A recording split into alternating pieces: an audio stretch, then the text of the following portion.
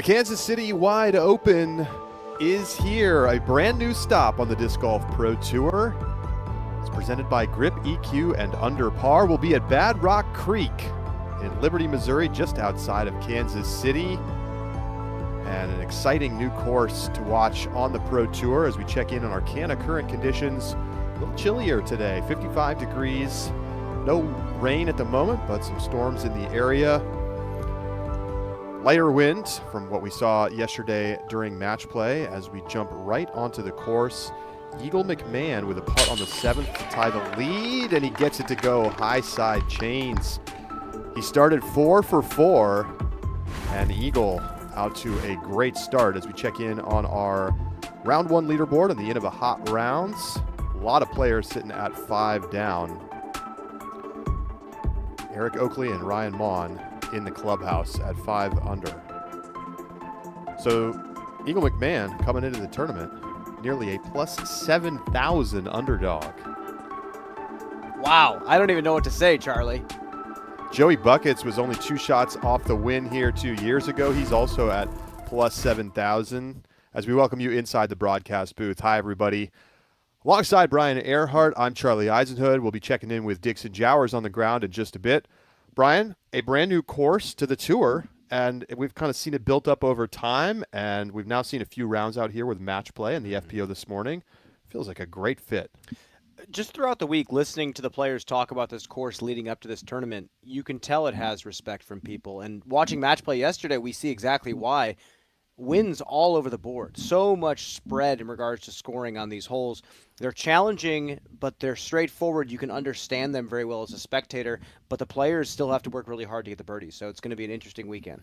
Well, Ganon Burr has yet to get a win this season, and it does feel like maybe this is the weekend where he really truly feels like the favorite and that he's kind of coming into it.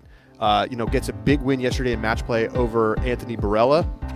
Let's take a look at some of the highlights. Oh, he looked really good yesterday. This is what I saw when he came back and won this tournament the previous time.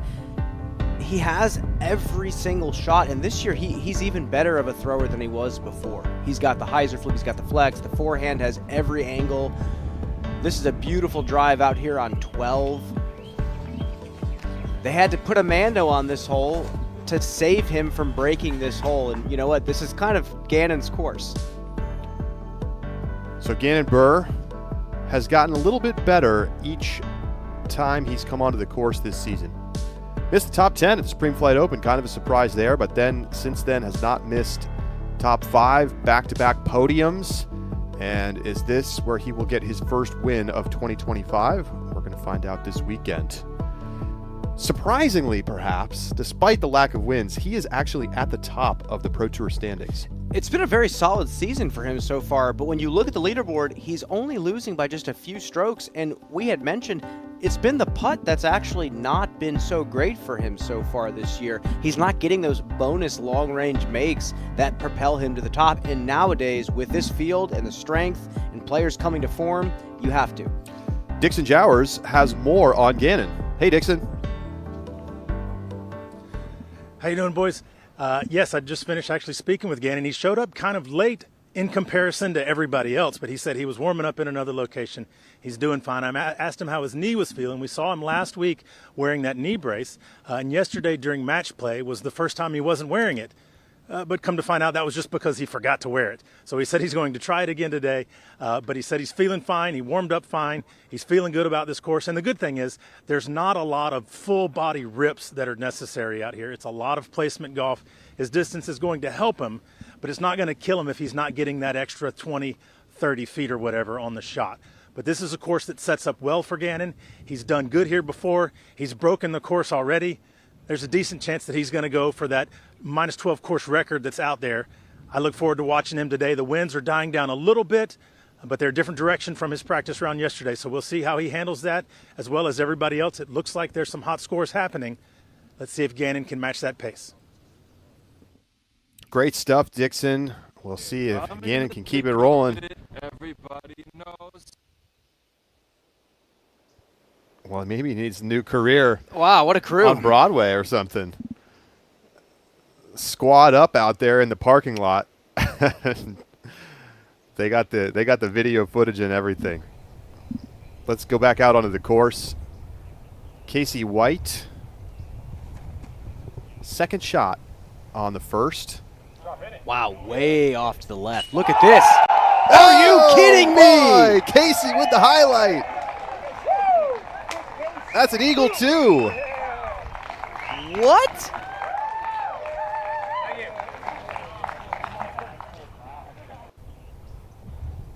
Only one shot required from the fairway for Casey to put this in. Look at this shot, Charlie. Bang! That's one way to stick the green. And that is the second eagle today. Zach Melton threw it in earlier from 271 feet. Ezra Aderhold is your leader. He's got a one-shot lead on the field through 16. Feature cards, round one, Kansas City wide open on the other side.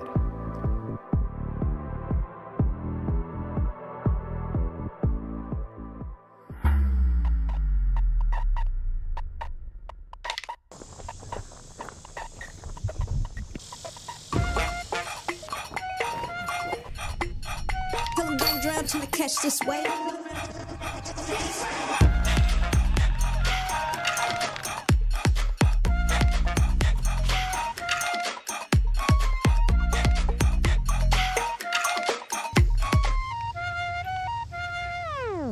Hey, Mom. Yeah, we're in Liberty. We had an amazing time. Yeah, I'll send you some photos now. The facilities were great, and the weather was gorgeous. You'd be so proud. They played hard. We got great food afterwards and went through a museum. Of course, they wanted a treat, and they wore themselves out at the pool. It's been a really great weekend. You'll have to join us next time.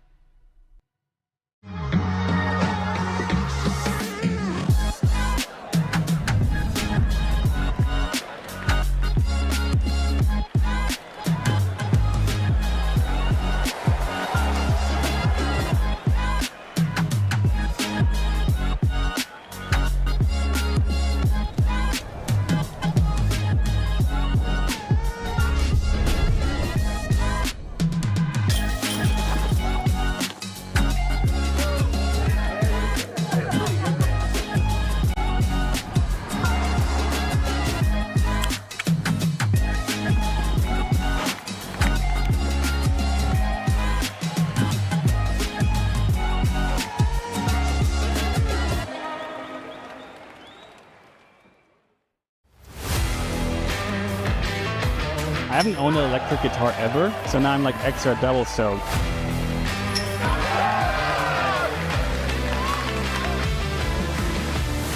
And now I need an amp.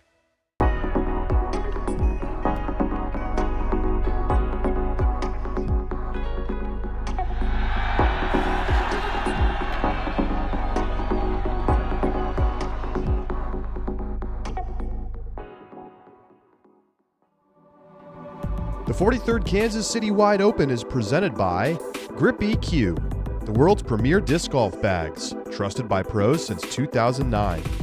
And by UnderPar. Par is good, UnderPar is better.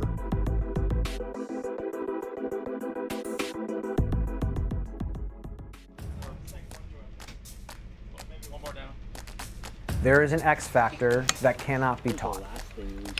People that just somehow are unfazed by the demands of the job.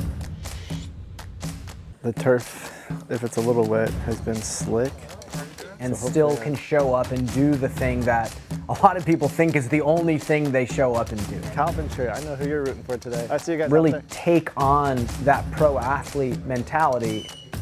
I do have to go do media. I have to do podcasts. I have to do press conferences. You got to own it.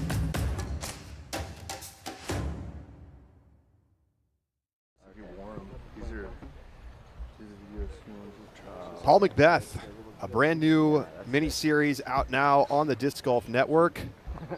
He's been very strong to start 2025, Brian. Yeah, just a completely different player from last year. Finally healed up from the labrum tear.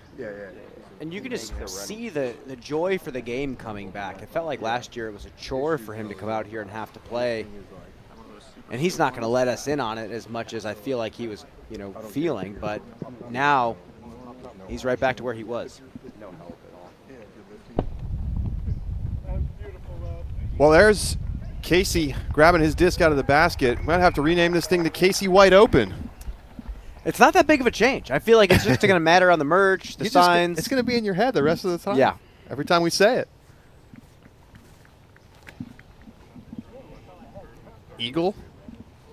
One off the lead. Second shot on the 8th. Wow, that is a huge shot. And that's where it landed for a share of the lead. Folks, is Eagle back? He is red hot right now. Best start we've seen on the course. 6 down through 8. There's a look at the tee of hole 1. 575-foot downhill par 4 over water. Let's go down for the introductions of our feature card. This is the 240 tee time. This is one of our feature cards. And teeing off first, he is the 6-time world champion from Huntington Beach, California, Paul McMahon.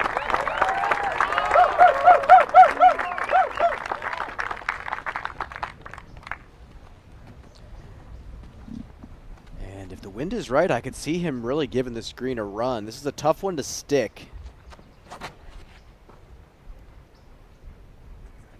He might be going for that secondary landing zone. There's 2 to choose from. And that's just fine. Spotters standing in between both of them. You either go distance driver to the far landing zone, shorter driver to the short.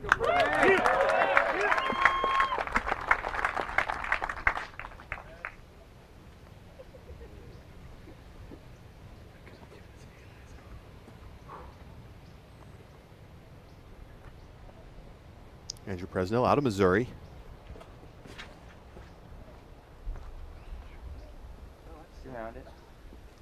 And that is a really conservative play, but he's in a decent spot. Just want to get in front of those trees. From Alpena, Michigan, Andrew Barweed. It's been a really nice start to the season for Marweed.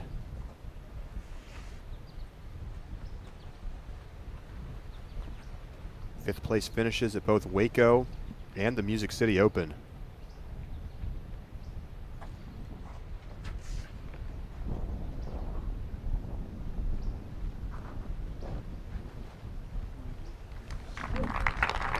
And man, this guy going 95% inside Jefferson circle 1 City, this season Missouri, so far. Jake Hebenheimer.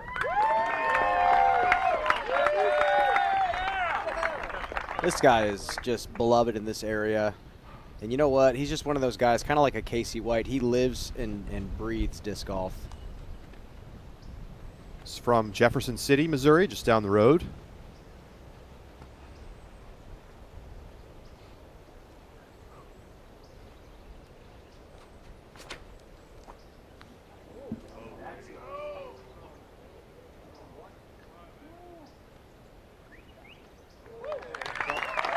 Down to that lower landing zone.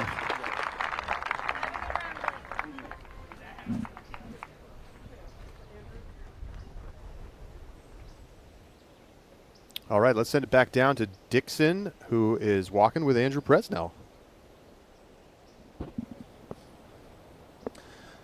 All right, Prez, welcome here to Kansas City. You've played lots of events this year. Last year, 39 events. This year, 12 so far, but only 4 Elite Series. What is it that leads you to so many tournaments outside the tour? Yeah, I live kind of smack dab in the center of the country. Very fortunate to have a lot of tournaments hosted within about a 3-hour radius for me. So, yeah, any off week, I try to go home and spend some time at home, but then also play a day event on the weekends or maybe an A tier. Well, so a lot of these guys talk about, well, I got a week off, so I'm gonna go rest. How do you feel about that? I don't know. I grew up doing soccer like 6 days a week, and so I'm used to like 1 day off per week, and I don't know, my body's still doing okay playing all these tournaments, so I'm going to keep doing it. Well, all right. We look forward to seeing what you're going to do right here. Good luck, Press. Appreciate it. That's the Andrew Presnell answer. I love disc golf. I love disc golf tournaments. Why would I stop playing? Eagle on the 9th.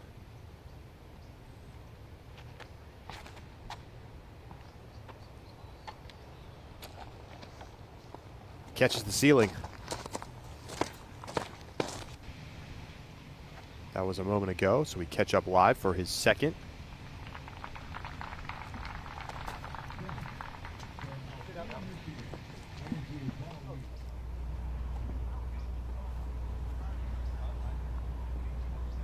Back to 1.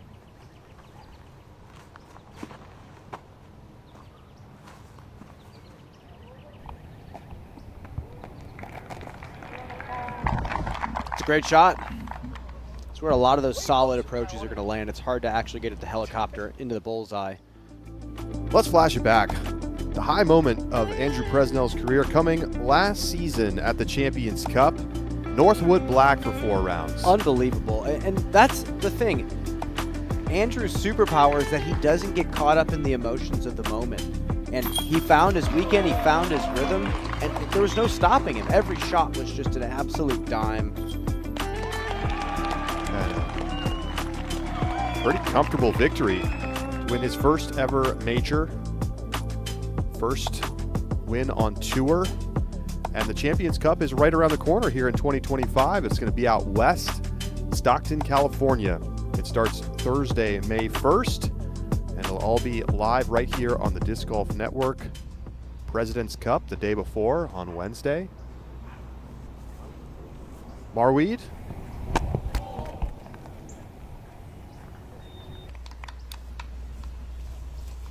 Long putt coming up the hill. But that is his bread and butter. You know, Charlie, you told me that this hole is turning into one of your favorites on tour, and at first I was a little hesitant. I am becoming a believer now. This short par 4 is becoming a really dynamic hole for this division. And it's because of stuff like this. The green around the basket with flat ground is so small.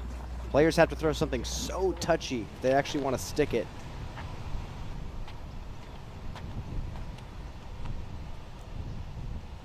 .487 par 3 downhill.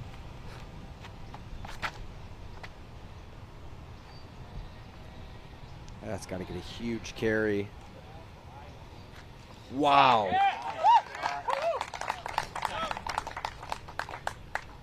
That was 100-foot movement right to left there for Eagle. Nice shot. That's the benefit of being all the way down on that low left side. Just a jump putt up to the green. Should be a tap-in birdie for Jake. Yeah, you'll see some guys with power try to aim the hyzer towards that cluster of trees just left of the basket and hopefully crash it and stick rather than trying to stick the green.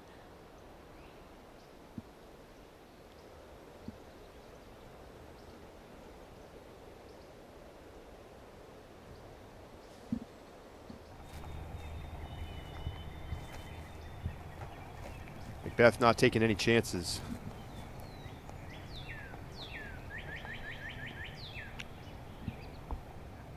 Marweed at about 30% C2 this season so far.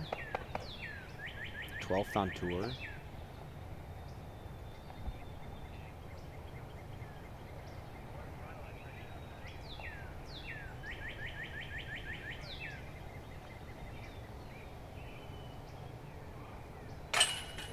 Beautiful putt from Marweed.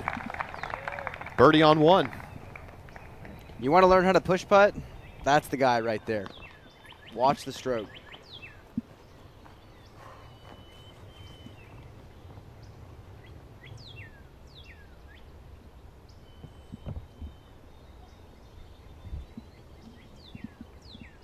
Presnell's birdie.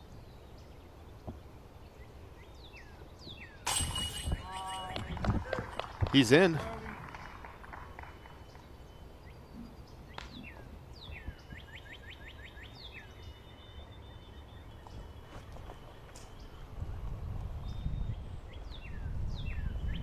And an easy birdie for Hebenheimer. McBeth will drop in for the par.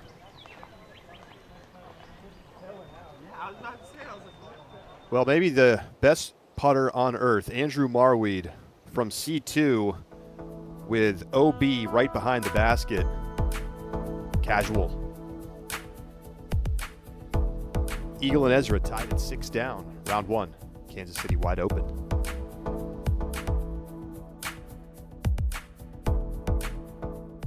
Welcome to the 2025 Zuka Mandatory Safety Training Meeting. These are key and essential. Hey guys, first time, huh? This is my favorite week of the year. Right on? Yeah. Accidents, injuries, damage. The zoo. If we're not here to learn, the exit's right over there.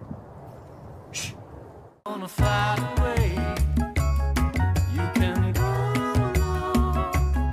Gonna find a life like this where we belong.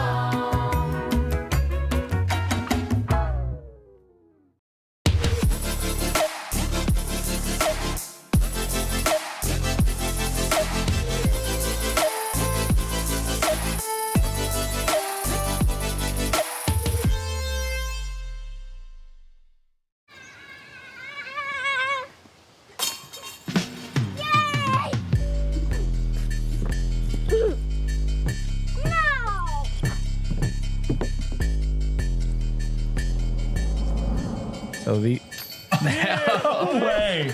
You talking about superhero stuff? There's a flying Kev man.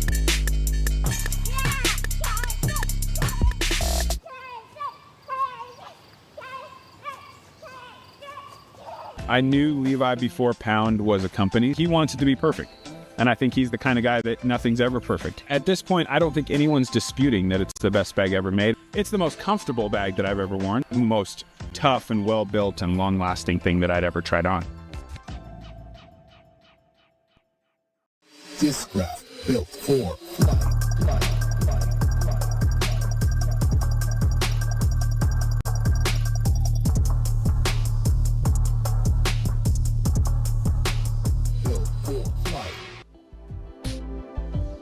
Check out the pre-event odds for the KC Wide Open.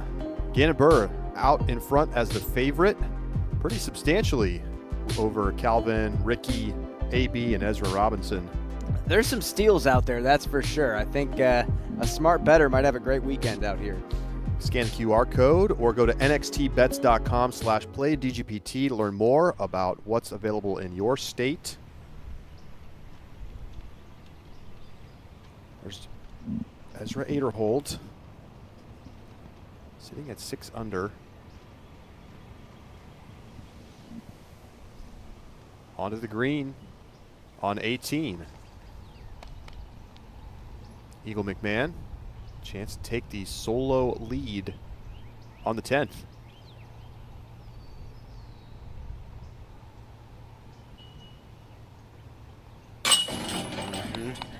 Fantastic round going for Eagle. Just the drive to get to the green on 10 with that wind is just masterful. So he's now 1 shot out in front of Aderholt. Kyle Klein shooting well, 5 down through 11.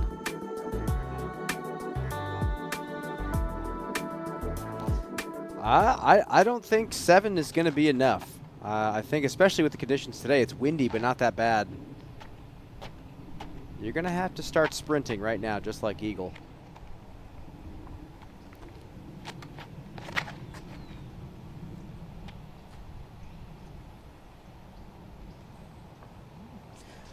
Little bit low. It's a tough gap to hit, especially where this tee pad is.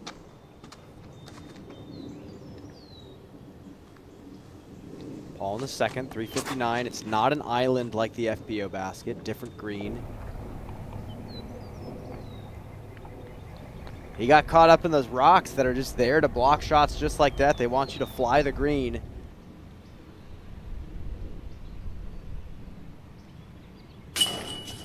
Aderholt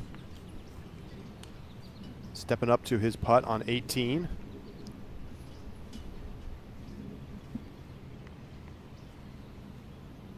For the birdie and a share of the lead.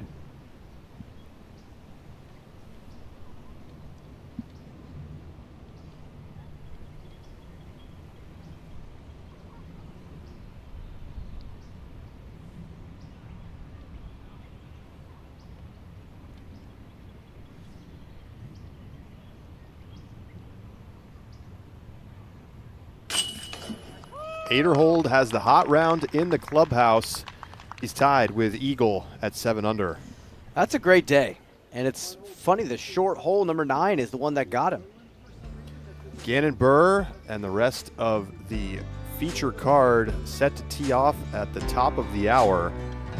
Kansas City Wide Open is here. AB, Ganon, Joey Buckets, and Ezra Robinson coming up.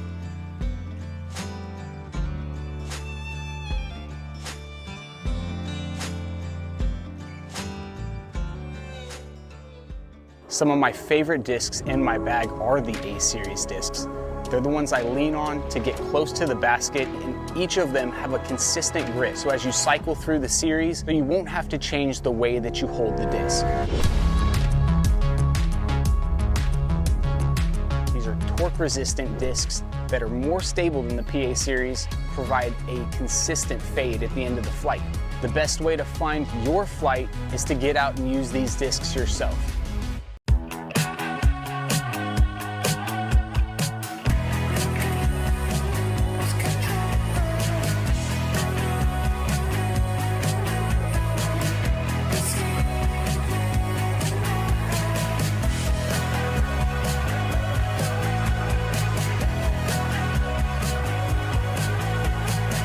I'm Anthony Varela. I got the MBPX1 by Grip Equipment, and it's quickly become my favorite bag I've ever owned. There's a place where the game meets the extraordinary. Eagles Crossing Disc Golf, a realm of lush fairways and peaceful woods, where every hole offers a new chapter in your adventure. Explore this one-of-a-kind disc golf property that boasts not one, but 2 championship-level courses. Eagles Crossing is where your perfect round begins. Book your tee time online at eaglescrossingdiscgolf.com. Hello, we're Kenna. We're a Dutch growing company. We love plants, and we want to tell you some cool things about them. Just like humans, plants can communicate. They can sense when another plant is close. Plants look out for each other too. They warn neighbors about nearby threats by secreting substances. And studies have shown that plants love a good tune. We love and understand plants. Let our passion excite you too. There's a place with...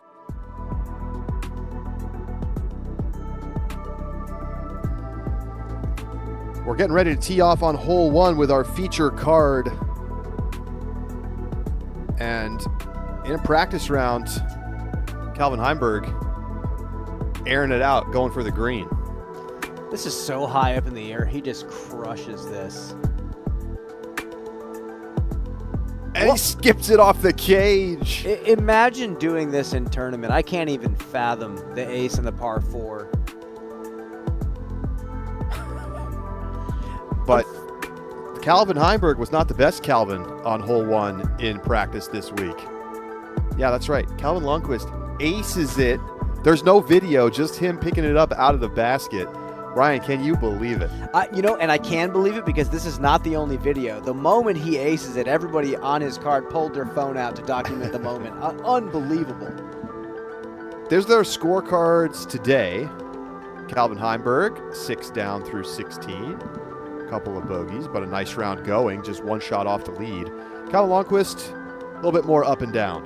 What a roller coaster. Then 14, 15, Eagle 16. Lundquist has a lot of skill, and I feel like in just a matter of time, he's going to be right there with the best of them. Back to the second, Macbeth for birdie.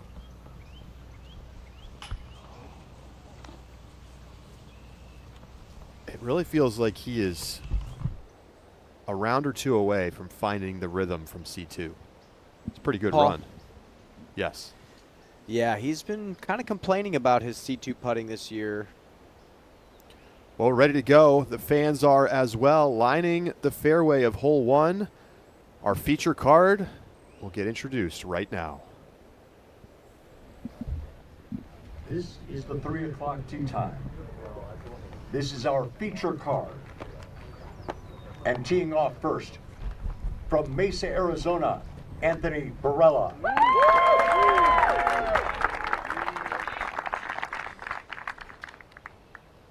Anthony had kind of a tough time yesterday during the match play. Winds were upwards of 30 miles an hour, if not more at some points. A lot calmer conditions today.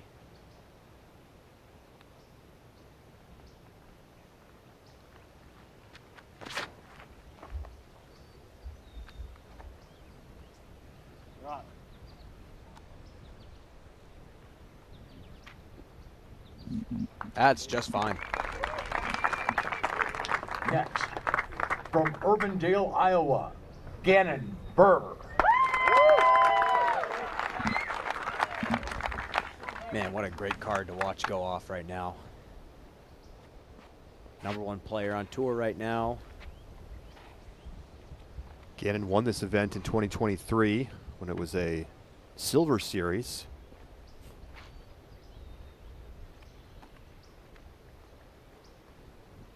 I asked him why he played that event. It was a silver event. He said, I just can't stop playing disc golf.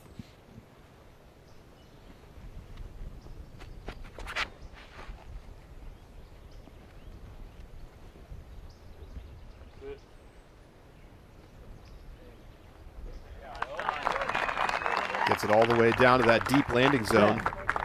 From Athens, Georgia, Joseph Anderson. Joey Buckets finished 2 shots back of Ganon in 2nd place in 2023. And this was the tournament where I really saw the skill set that he possessed, and I knew he was going to be something special.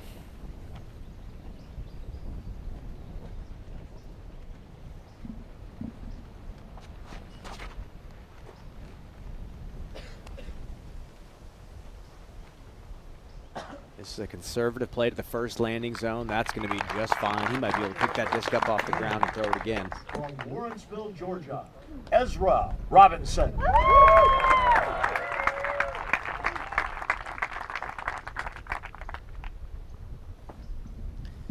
Super start to the season for Ezra. Getting the win at the Supreme Flight Open. Backs it up with 2 more top 10 finishes at Austin and Music City.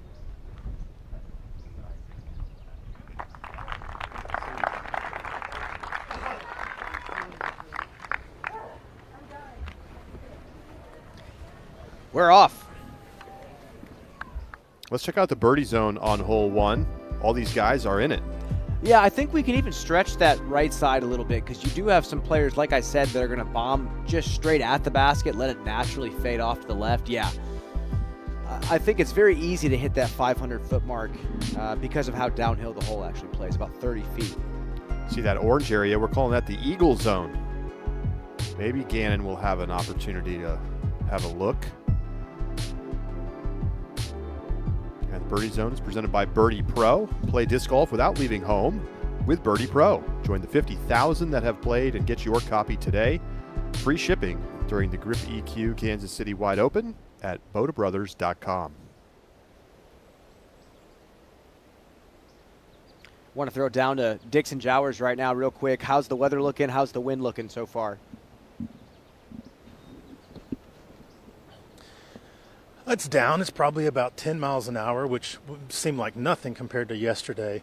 A little bit in the face of the players, maybe a little bit off the left shoulder, but from where Joey's throwing from, there's a big tree wall, so it should be blocking everything. This should be a relatively wind-free shot, and that doesn't make it easy, but makes it easier than it could be.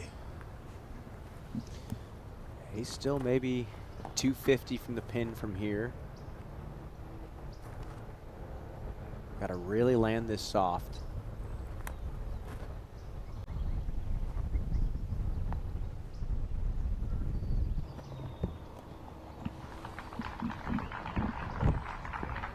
Circle's edge, back up the hill. Yeah, if you want to get aggressive and play for the bullseye, you're having to throw something a lot touchier, but a lot of these guys are just going to play off to the weak side of the basket. Robinson, just outside C1. And that's what's tough. You miss even just a little bit on that side, you're sliding outside circle 1 and well into circle 2. Let's go to the 11th. Eagle for birdie. Lays it up.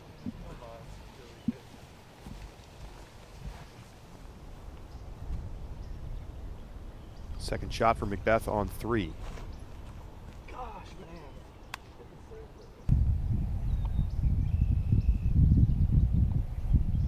shorted it. And it looks like that's going to be out of bounds.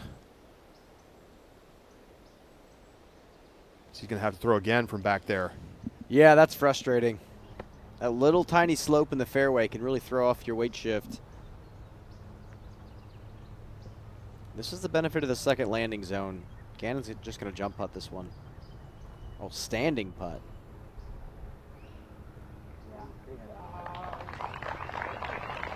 He standstill putts for out to about 120 feet, it feels like.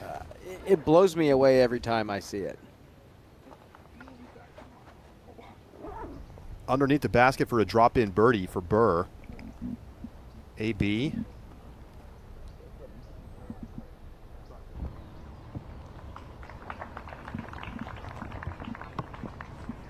Rolls out a bit. He'll still be in the circle, but steep uphill putt coming. Hebenheimer second on 3. Oh, that is crushed.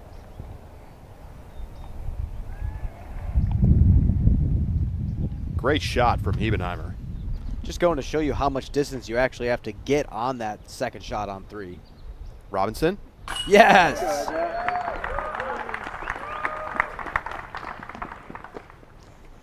He's been showing us some fiery play this season. There are times when it feels like he's easily the best player in the world, and then some moments he feels like he's out of it. We see some frustration. Rolling back to Zuka replay. Fearless putt from Robinson. Yeah, that was nice. Buckets for birdie? Oh, yeah.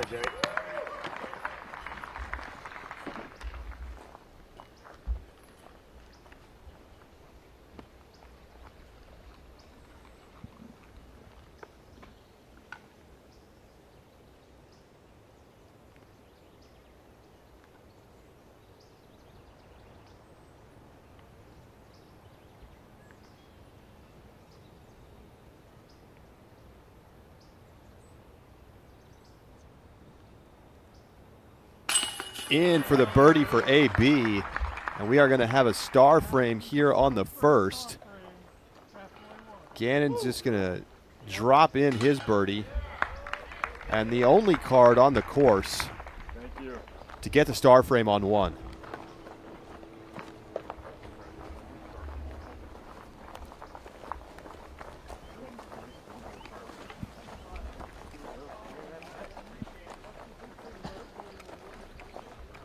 Go back to 3.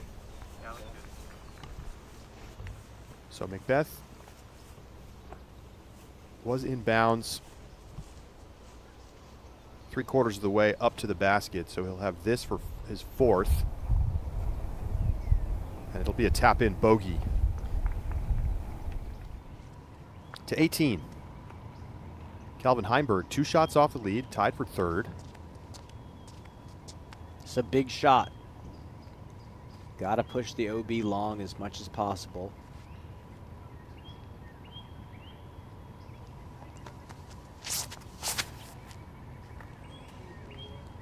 Get around it.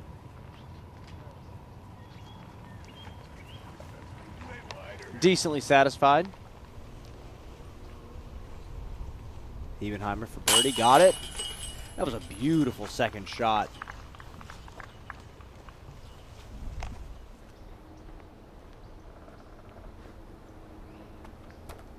Barella teeing off on 2.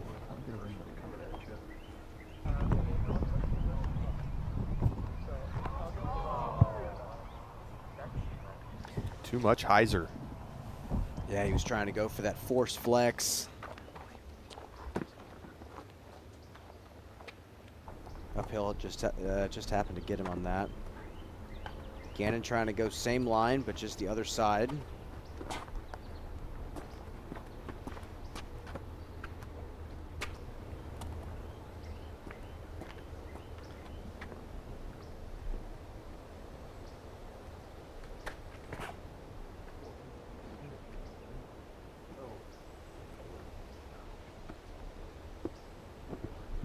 It's a friendly bounce, and it's going to be in putting range.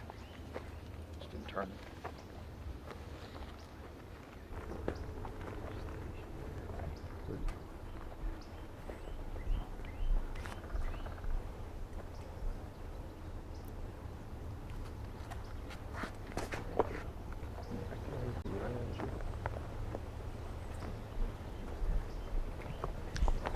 That's the shot you want to throw. Beautiful. Those rocks right there are put there on purpose. They don't want players to throw these low bullets that just slide up to the pin. They want them to fly it. Nicely done.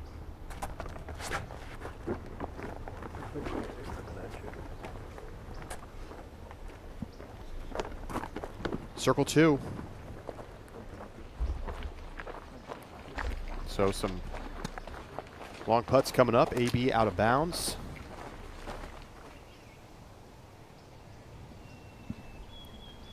We see a backup just getting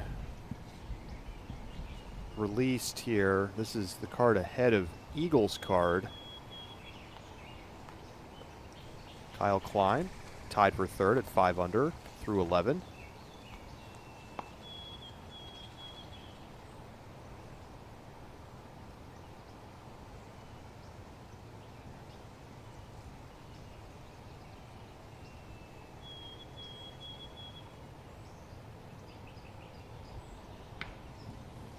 That was a big misfire. That's not the side you want to miss on. Nasty kick there for Klein. Hiebenheimer. God, flips way off to that right side.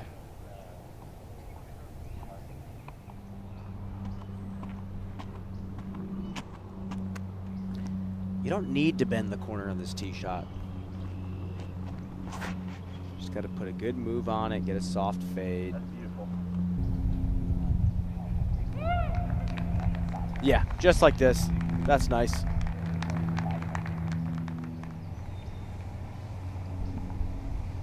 Relic can make this to save his par.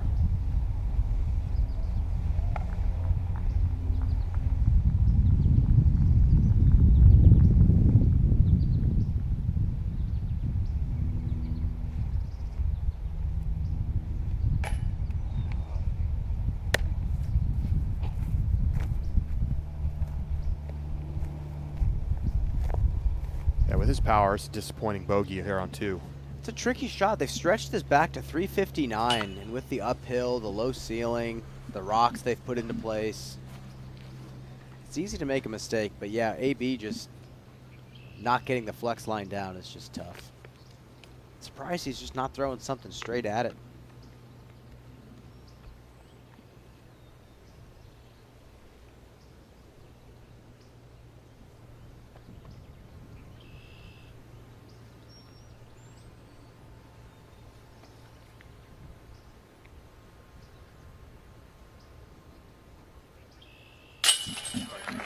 Two for 2 start for Ganon.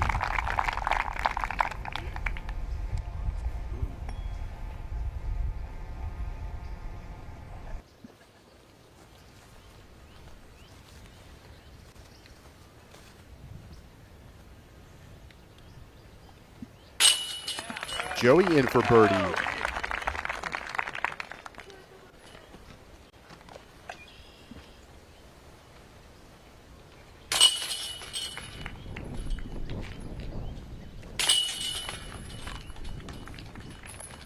So a par for Robinson, a bogey for Barella. So Kyle now trying to figure something out. Look into the skies here, Brian. Oh, boy. I don't know if he's going to go high on this one. You don't need to get cute with this. Just get it back to the middle. Advance the fairway just a bit.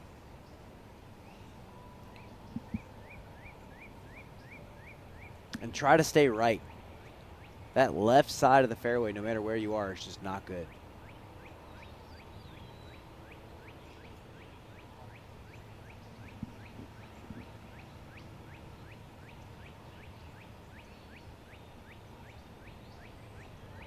Okay. Yeah, that's just fine. That was his 3rd shot. So you're going to see this from a lot of players. Instead of trying to throw this really jammed push hyzer, they're just going to throw the forehand turnover with something neutral.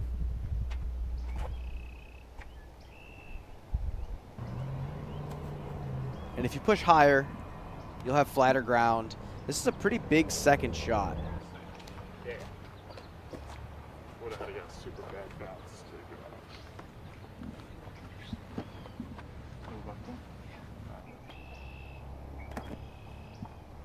Birdie birdie start for Anderson.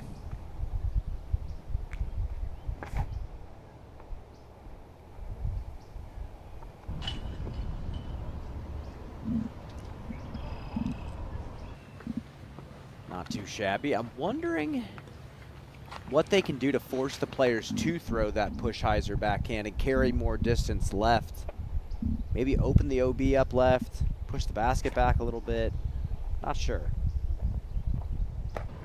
Either way, they're throwing a powerful shot on this second behind a mini. Their footwork has to be really crisp. Yeah, Dixon, why do you think players are being pretty conservative with this opening tee shot on 3?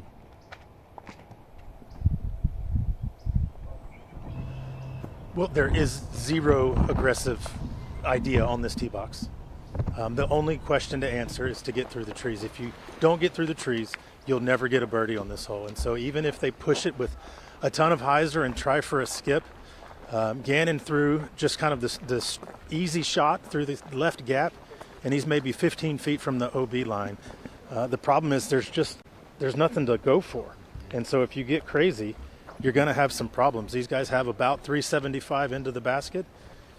If you get really aggressive, what are you going to get? 335? So it's not worth the trouble. Yeah, I'm in full agreement there. Second shot for Hebenheimer on the 4th.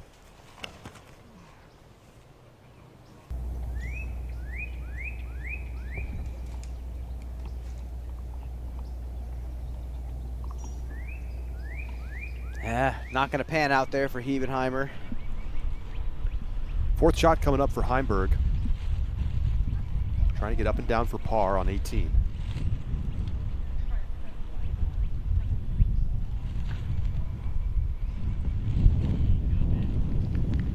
Nicely done, up the hill.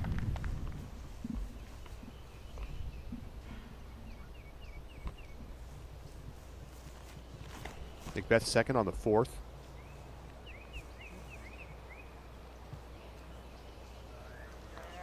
Gets a skip up, and he's going to be right at the height at the top of that green. Putting from inside the circle. Barella, second on 3.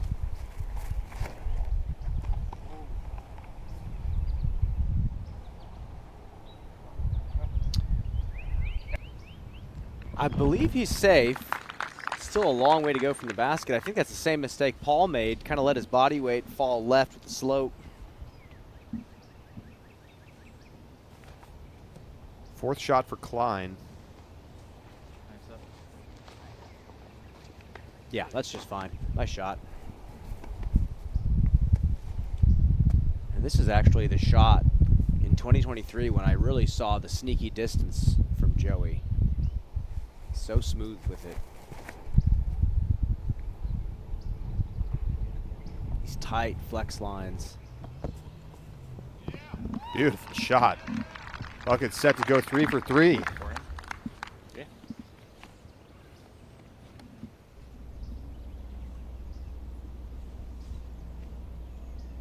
Jake Hebenheimer rocking the Eagles crossing hat. 3rd shot. He'll be putting for par. It's going to be kind of an annoying uphill putt there. Luckily, the wind is down today.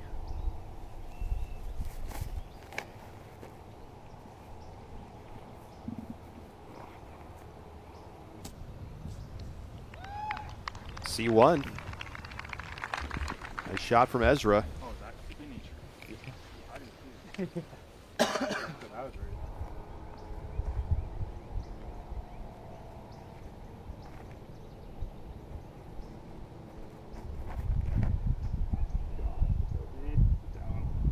He's calling for it to go OB. Not even close. You can't trust what Ganon says about his shots. You know, the self-talk has been a lot better recently.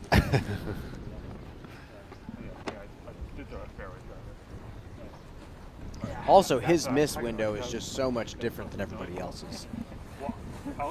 What feels like a terrible shot is a totally sufficient shot for even a lot of these guys in the field. McBeth looking for a birdie on 4. He's in. First birdie of the round for McBeth. He's back to even par.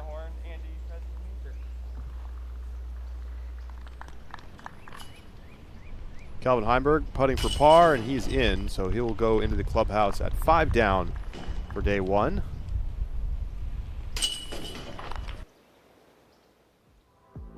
So checking in on the leaderboard. 7 under, still the mark. Eagle 7 down through 11. Austin Turner, great start. Plus 10,000 odds coming in. Yeah. I don't think that those kinds of odds are going to be available for Austin Turner much longer, the way we saw him play last tournament. And what he's doing today, 6 down through 13. These were the pre-event odds. Look at that. Plus 10,000. Algorithm must have been taking a nap the past couple of weeks. But some other really good player. I mean, Eagle, who's playing great right now. Joey Buckets was 2nd place here 2 years ago. He's about to go 3 down through 3.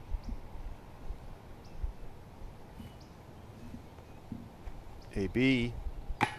Come on, bro. Go in. It's just one of those frustrating starts where it feels like the putting stroke is nice and you think the disc is about to go in and you just clip metal. Ganon to start 3 for 3.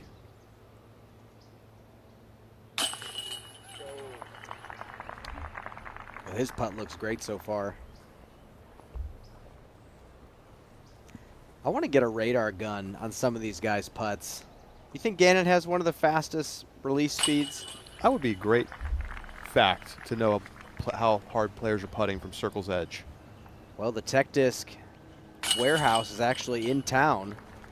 Birdie for Robinson, 3 for 3 start for Anderson, and a par for Barella.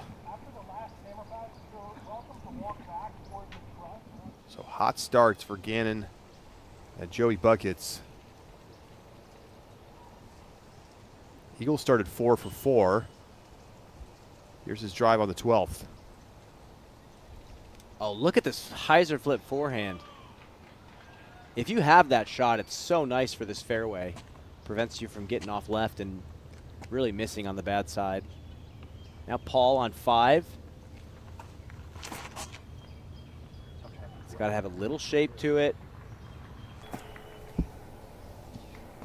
That's a great shot.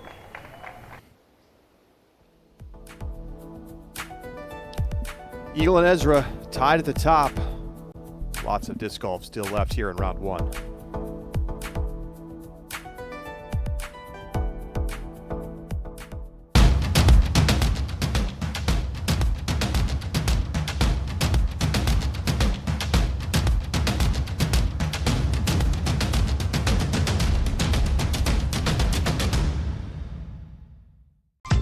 At Pound, the quality of our gear runs deeper than the stitching. That's why we make everything right here in the US, employing highly skilled, well-paid professionals. From bomb-proof Cordura fabric to YKK zippers and recycled plastics, we source the highest quality US materials to make the most comfortable, durable pack in disc golf. Our lifetime warranty stays with the pack, not the purchaser. So regardless of how you find us, we will be here to make sure your pack stays on the course and out of the landfill. Pound's integrity is held together with more than just thread.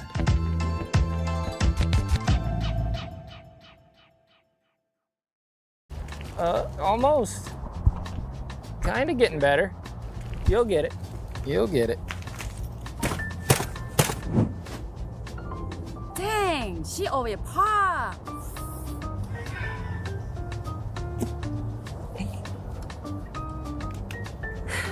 Why does he get the special spot? Because. Sitter. Easy, bazooka.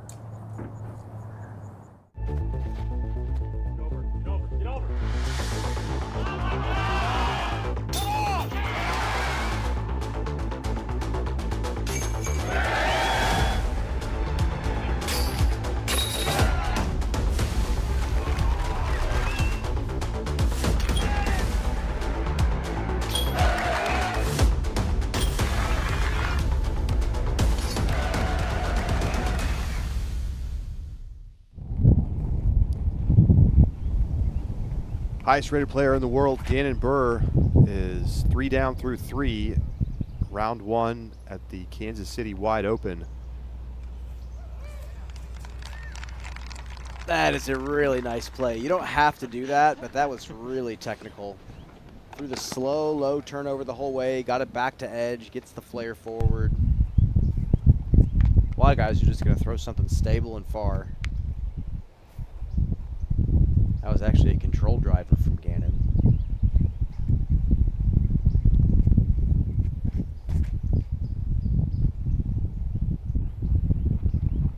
Yeah, that's the typical play.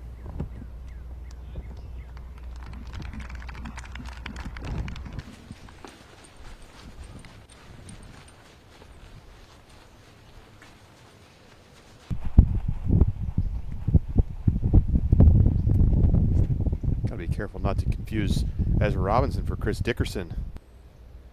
Can barely see his legs. Big shot from Ezra. Makes the second shot a lot easier to actually track down the hill. You don't have to, but you don't have to put as much shape on the next shot. And AB just goes putter.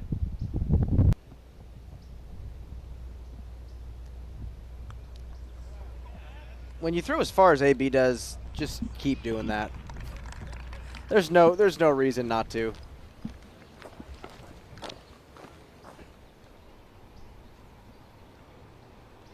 Back to the 12th. Second shot for Eagle, co-leader. Another forehand.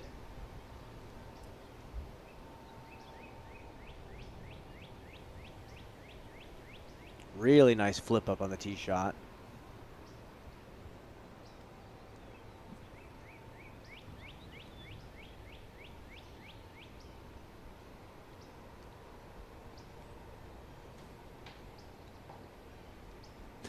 Push the ceiling too much. I love the idea.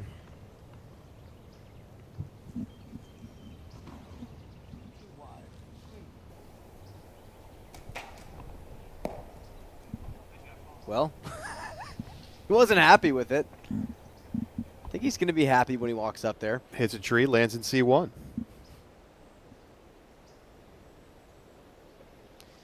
Dixon, what do these guys have here on hole 4?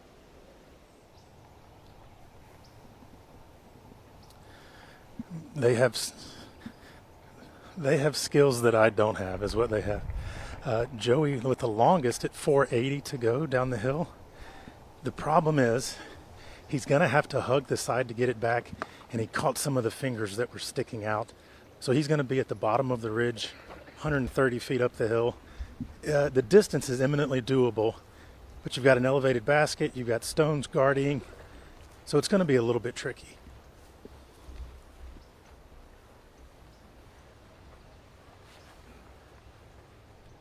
Back over to 12. Eagle got caught up and now in trouble.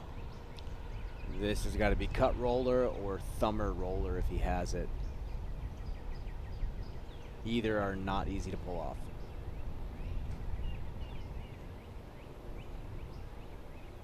Just gets the roller down. And it's going to come back down the hill a little bit, and he's going to have a look to save the par from circle 2. AB putter to a perfect spot.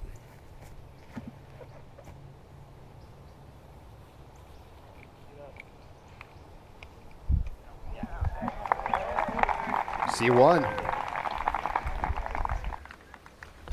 I was thinking he was going to go putter again. Put a little show on for us. 940-foot par 4. And Barella goes putter off the tee.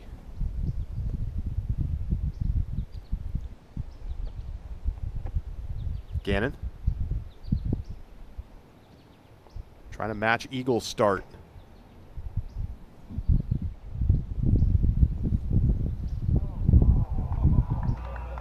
Fantastic, and he's up on the top side, taking some of the elevation out of that putt. Yeah, not really a scary putt either. You see the flag just almost completely calm. Feather banner's just barely blowing up there. Eagles long par putt on 12.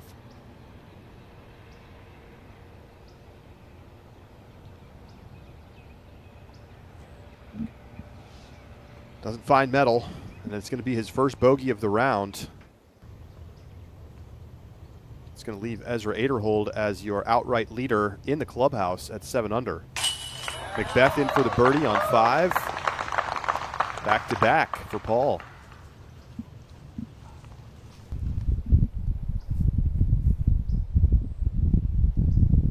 Robinson with the biggest tee shot.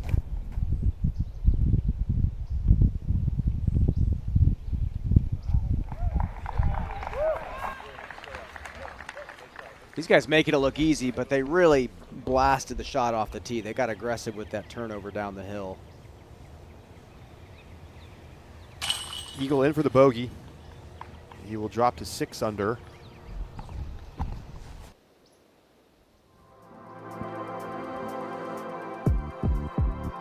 So Ezra Aderhold, solo leader now at 7 under. Where do you think that's going to be by the end of this round? It's going to be close. I think 7 is a very solid score on this course. I mean, we've seen how easy it is to get into trouble out here. Yes, the wind is down, but it's still up enough to make things interesting. Some of the easiest holes on the course are in this front 5 or 6.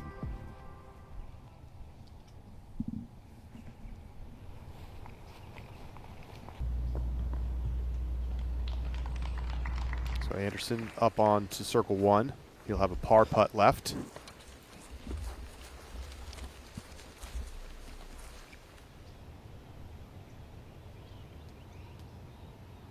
Eagle trying to bounce back on 13.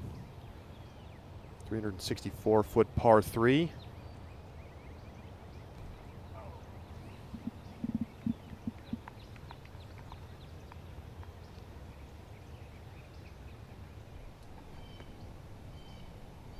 Barella for birdie on 4. He's back under par. 1 down now.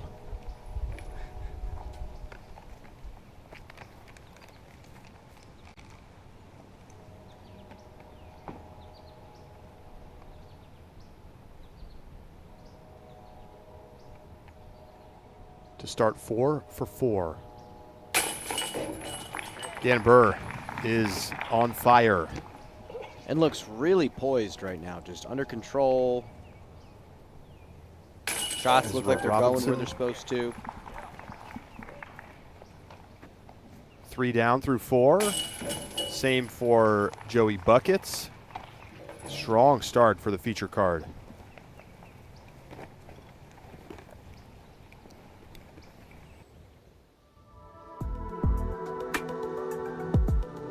Ganon Burr has been in circle 1 on each of the first 4 holes, and no issues on the putting green. And something I like about this course is every single hole presents a brand new challenge. You can't really get into too much of a rhythm. You're out here on hole 4 blasting a couple shots to a green in an open field, and now you step up to hole 5 and you have to lace a really technical tee shot with a really harsh second as well. Let's go to the 6th. I like this hole. It's all depth perception. Got to line yourself up with the gap really well. This is pretty good. It's going to be kind of a push hyzer. Basket's tucked way back to the left. And now 5. Got to get to the top of the hill.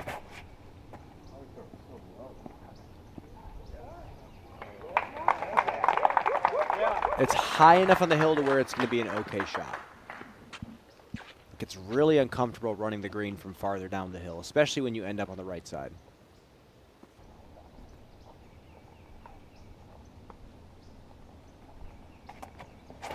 Backhand's tough here.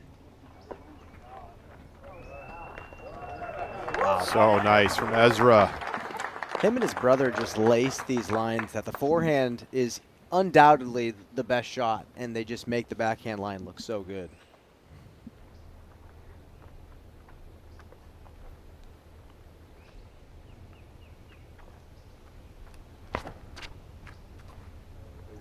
There you go. That's giant. There's only a few guys in the world with forehands as smooth and powerful as that.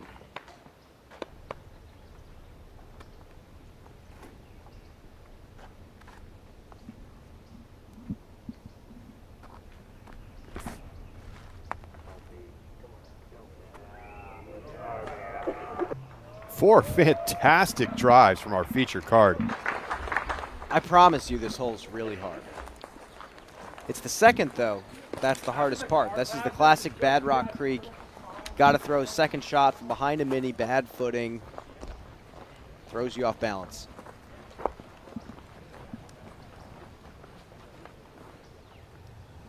Let's go to the 13th. Eagle.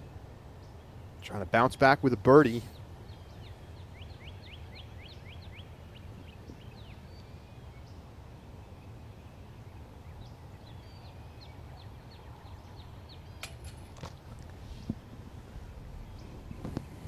No, sir. So leaves himself some work. That was from just a moment ago. We catch up live now. Eagle for par. So makes a comebacker, but pretty big miss from the other side of the basket. A guy like Eagle, though, he's going to have putts like that. He rarely misses the comebacker. Well, as we see the fifth fairway, Dixon, can you tell us about the lie these guys have after we saw four fantastic looking tee shots? Well, remember when you were saying that Ganon had such a good drive? Well, he's going to go first. That's how good everybody else's drives were.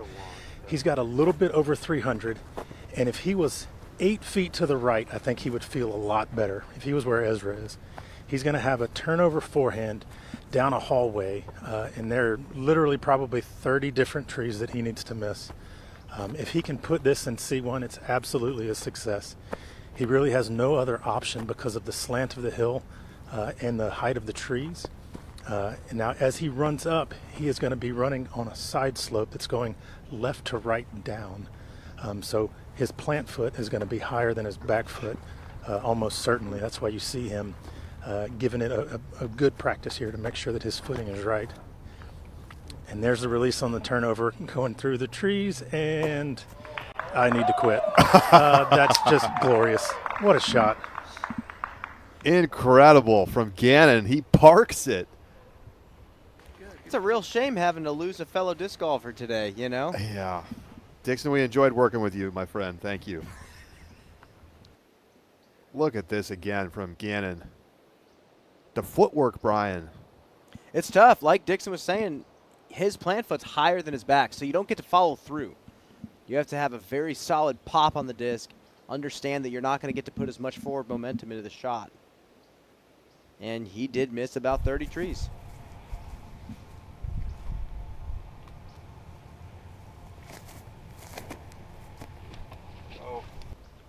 Ezra going complete opposite approach. Spikeiser backhand.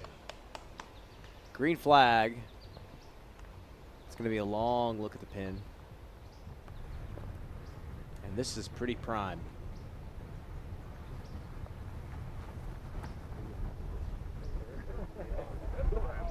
Wow, look at this window he had to hit. What a shot.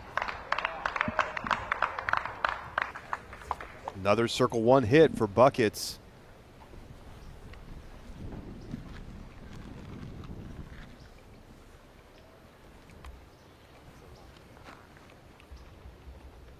Okay. We haven't seen a Spikeiser really play out over the last couple of days.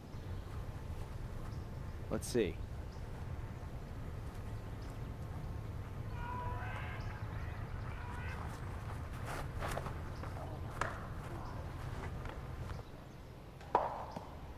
Finds an early tree, and this could be trouble. Fortunate that that checks up before rolling into the water.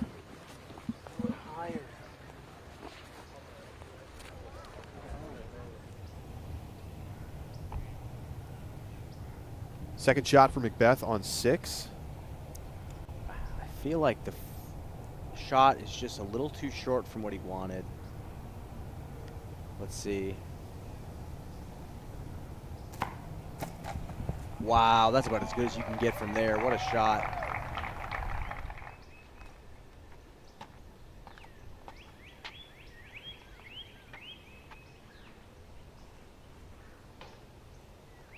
Eagle on 14.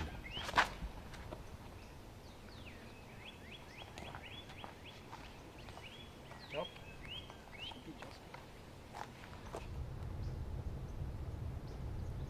Morella, long look for birdie.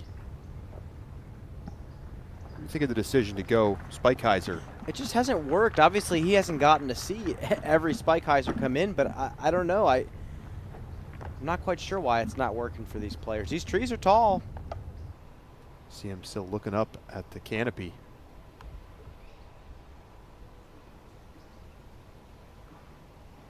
Long look for Robinson.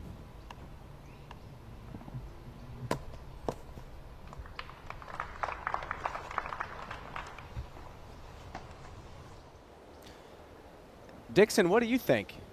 Why aren't Spikeheisers really panning out here? We've seen a lot of players try over the past couple days and haven't really seen one pay off. Yeah, the hole kind of forces the shot. If you're a little bit off of the hallway, you've got nothing. And so they're trying to get creative. The problem is the trees, because you're looking down at the tree from up high on that drive, they don't feel as tall as they actually are.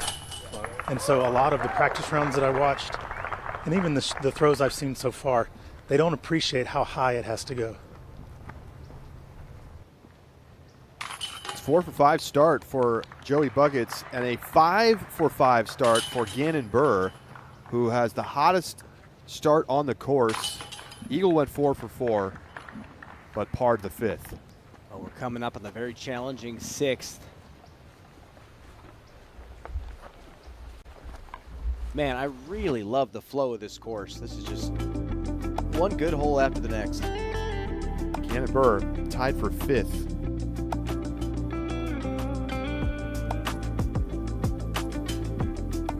Well, let's take a look at some of the highlights. What Ganon's done so far here. He's a Lego fanatic.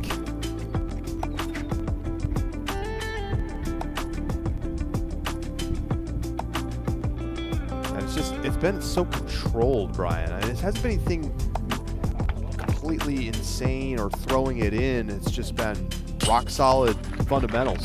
Yeah, and putts like this are what's going to keep him in first place. And like we said, he's kind of struggled from Circle 2 this season, and you don't get those bonus birdies because of that. And yeah, today he's just made the game look easy. He went a little bit aggressive on this tee shot on 4, but he stayed under control, threw something less stable. He's just not having to work too hard. This is probably the hardest shot he's had to throw all day, and this was an absolute dime. Just gets around everything and puts it in the bullseye.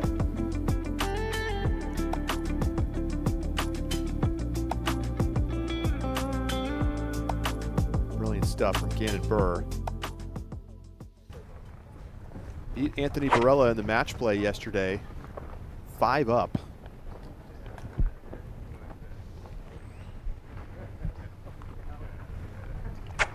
Hole 6 is really tough. The shot we just saw Paul Macbeth throw is spectacular. Low ceiling, you got to get it moving left. You can't have it fade out too early. It's a very small window you want to land your disc in to set yourself up for the second.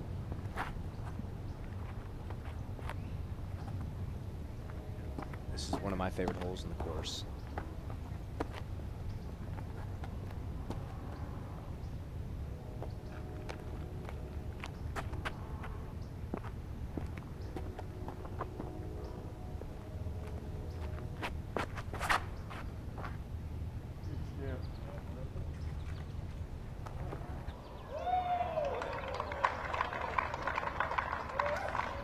He's going to get to throw a nice forehand flex that actually helps him get back to the basket.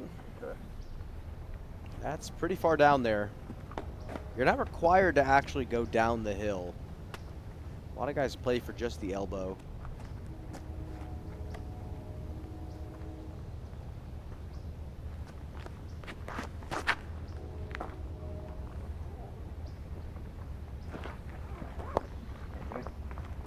Just like that. He'll definitely have something, and he's a great forehand flex thrower as well. He can throw either shot.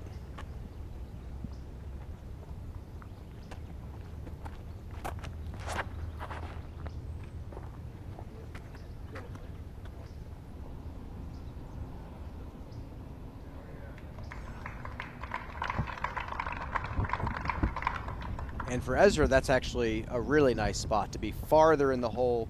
Yeah, farther in the gap, you can actually throw a little bit of a turnover.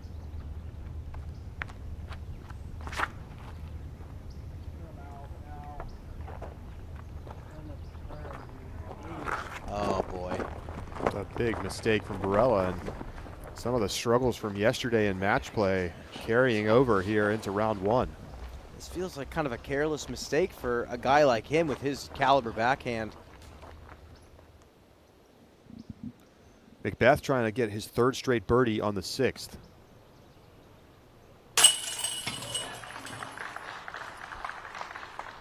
It's Turkey. He's 2 under.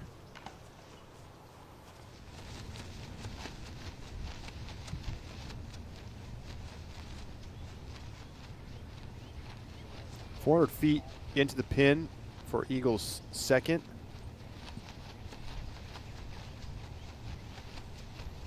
Got to get this one to hit the brakes if you're coming in on the forehand.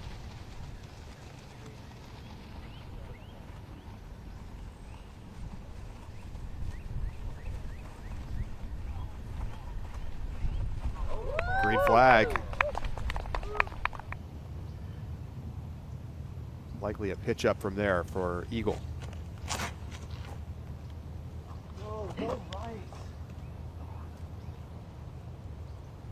Oh, there is OB off on that side.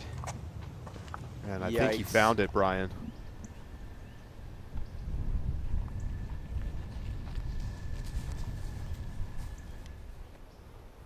Eagle just pitching up. He will take a par. What is he thinking right now? Dixon, what does Barella have on this high line? Not much, but more than he would have on any other option. I promise he's making he's making statements to himself about never going OB right there again. But he just threw about a 600-foot high thumber that looked like it was going most of the way there, caught a tree, and he is back at the bottom of the valley, and he is going to be in the jungle over there. That's going to be a very difficult up and down. Just can't go out of bounds here, but this is what he goes with, Brian. You know, it's making some of the great thumber throwers in this game proud. I'm thinking Schwebe, J.C. Kester. On the tomahawk side, Jake Wolf. We don't see it too often out of AB, but he's just really talented at anything in regards to throwing a disc. And, yeah, he's got a huge thumber when he needs it.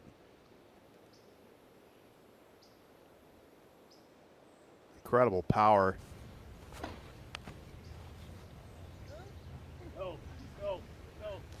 And it's just fine.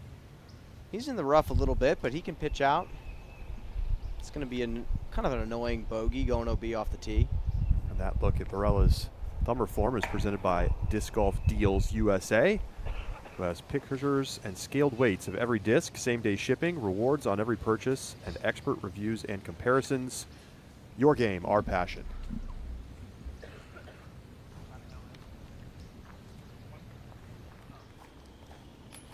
Back to the green of 14. Eagle tapping in for the par. So a little bit of a slow spell. Hasn't birdied since the 10th, but still one off the lead. Austin Turner has also climbed up into that share for second. Wow, splits the difference inside circle one. That's getting skinny.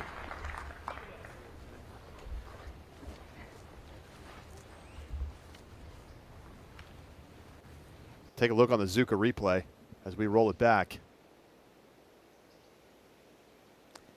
He definitely was not aiming left of that tree, but gaps are bigger than the trees a lot of the time.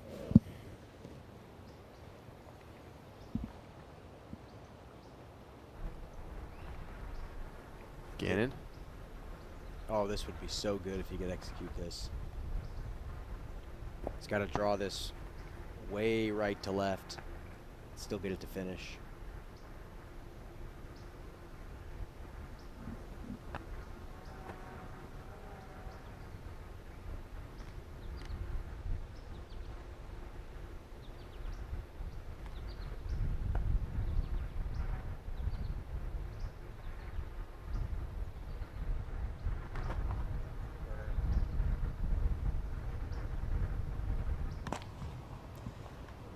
Snuck through a lot. That's a great putt right there.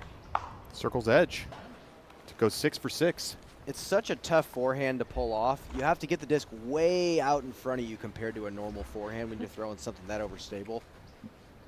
He doesn't like it. He'll be fine.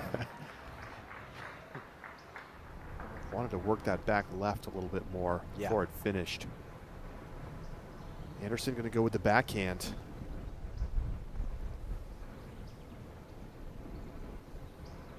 This stance is just so he doesn't hit his hand in the tree. That's a nice shot.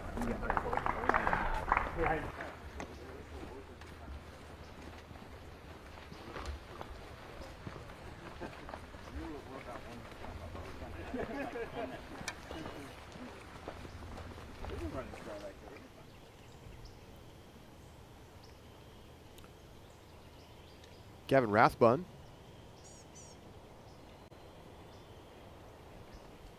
Sitting at 5 under.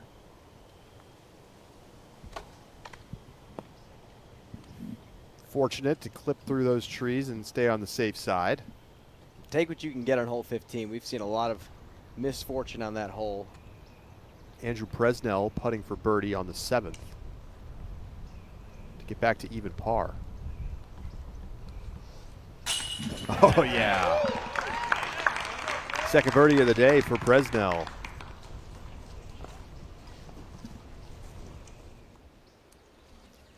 Oh, and he's not going to just be able to pitch out.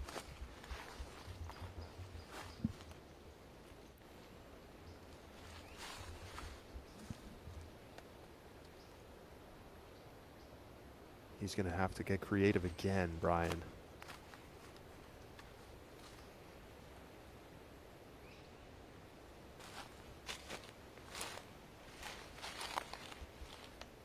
I thought he was a little bit more towards the edge. He's way back here.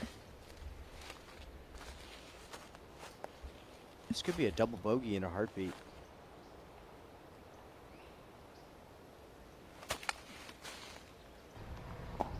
Never Great mind. out from Barella.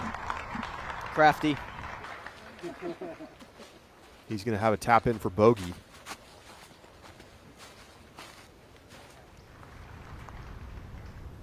Paul Macbeth found the out of bounds on the 7th. This is a long look for a par save. He's been doing a lot of walking away after his shots today, Brian. To the tee of 15, eagle.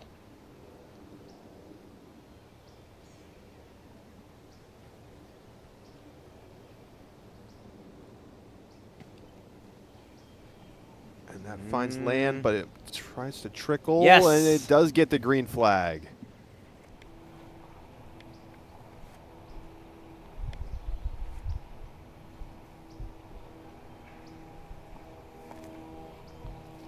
Birdie. Buckets is hot to start. He is 5 down through 6. Roll back the Zuka replay. Another confident putt. And this to go 6 for 6 to start. 33-footer for Ganon.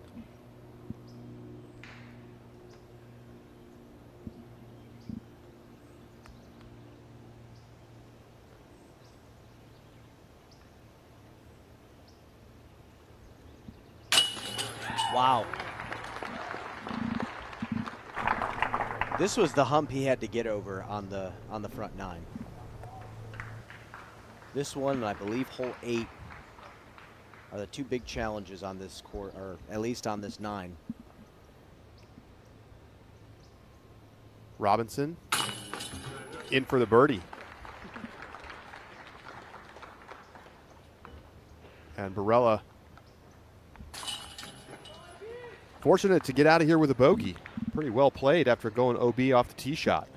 Yeah, he was definitely scrambling on that hole. Now eagle up ahead on 15 for birdie.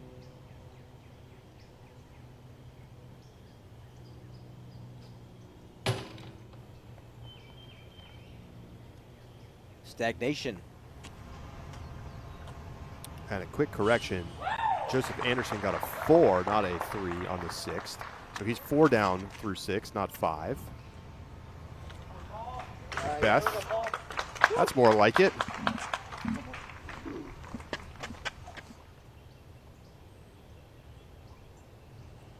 Gavin Rathbun's got a birdie look on the 15th to get within a shot of the lead.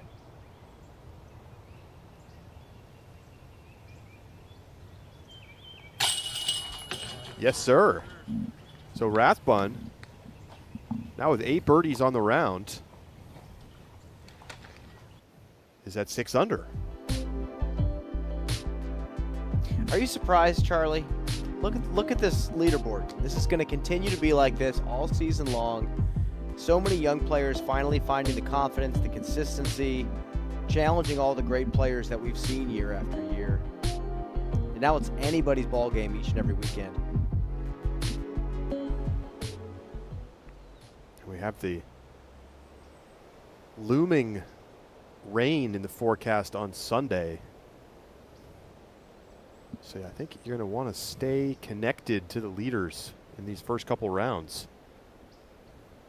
Scoring may be at a premium on Sunday. Ganon 6 down through 6.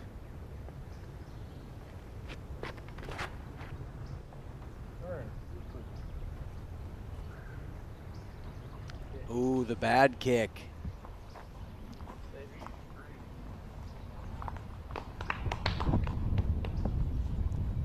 We will have word on that OB call later, but there is that OB path on the left side. I wonder if there's some wind out there that they're trying to make a read on. Paul had that same mistake. 0 flip on the shot.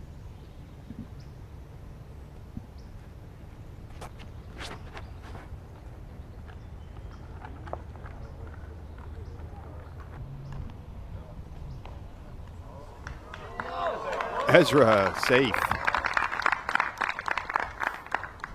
Spectators getting a look at just how close it was to that line.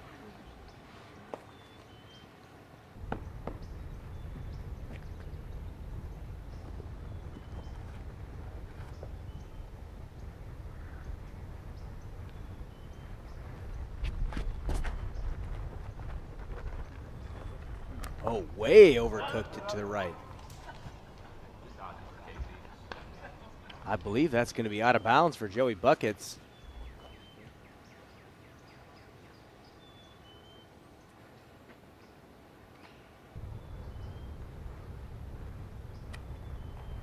I'm wondering, we'll check in with Dixon in a second.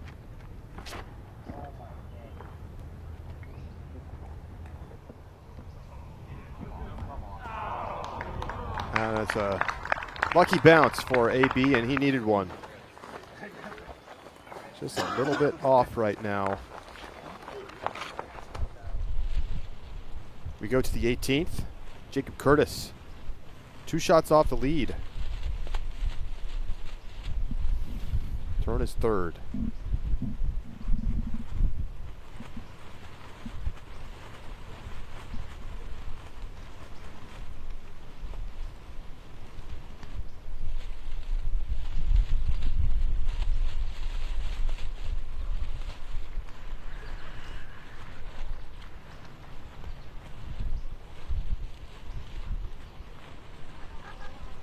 Super overstable and gets up onto the green. He's in circle 2.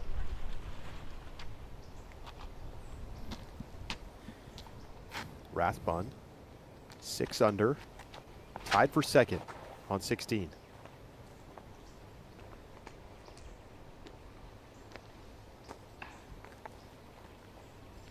I think that's going to be all right. Second shot coming from Macbeth on the 8th.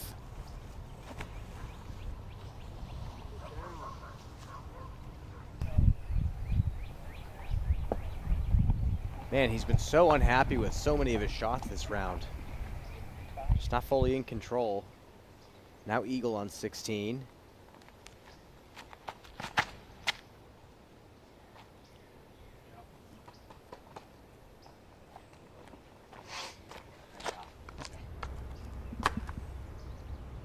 So Ganon inbounds. Dixon, does he have much of a look here?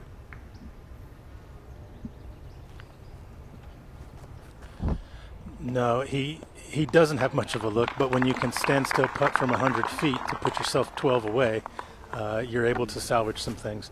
When I was standing over his disc, I was thinking he was going to have to do a stand out way to the side, up high, turn over forehand sort of shot, or he was going to have to try to skip the sidewalk and come back inbounds. But he just went down to a knee and with no lower body, putted that about 85 feet. Now, Buckets has about the same distance, but he's only got about 4 trees to miss instead of 15. So it should just be a pretty standard hyzer putt for him. Yeah, and slides it right up. So while he is going to take the extra stroke for being OB, he is able to get back up and down.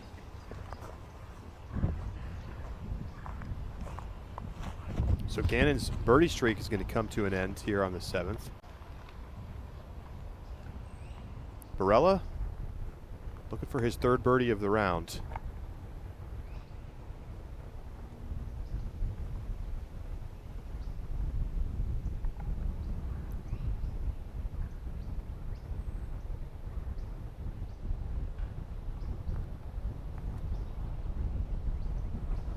No chance. Not sure if he's just trying to get a wind read or was banking on a carry back to the left. Rough release there.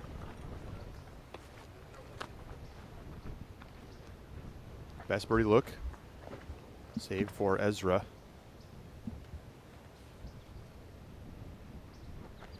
Right at the circle's edge. Jumper step from here.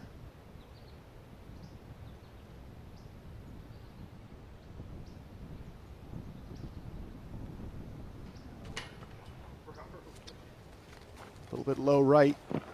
Tough to get it up the hill.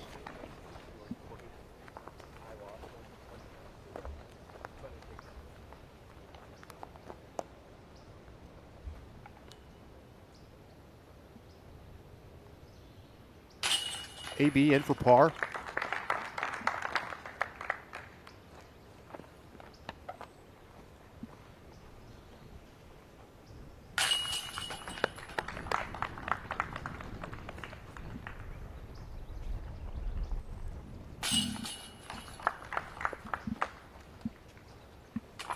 Bogey for Joey Buckets and a par for Ezra Robinson. So no birdies for our feature card on the 7th. Macbeth, again, immediately negative reaction.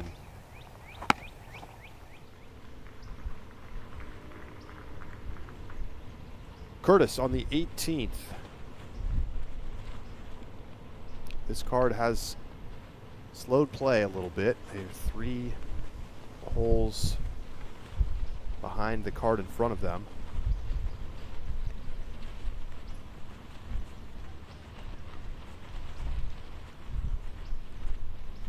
Patience.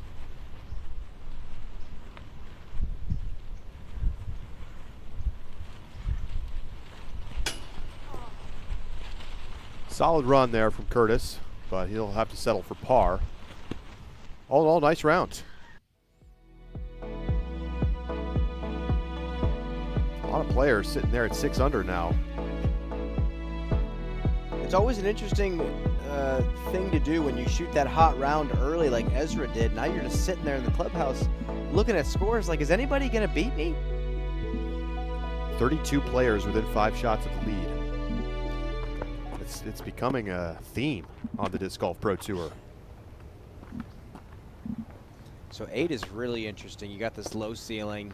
You have to blast a forehand. You have to get as high up on the hill as you can, because the second shot is really tough. That's what you want to do. Little shape on it. It's not just a flat to stable hyzer forehand.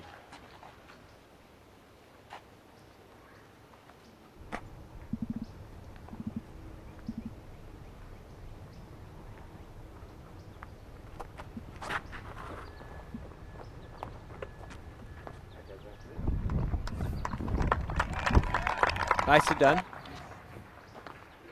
The lower you are on this hill, the more uphill your run-up is, and man, it gets tougher and tougher to get to the green. It's hard to even follow through in the second shot.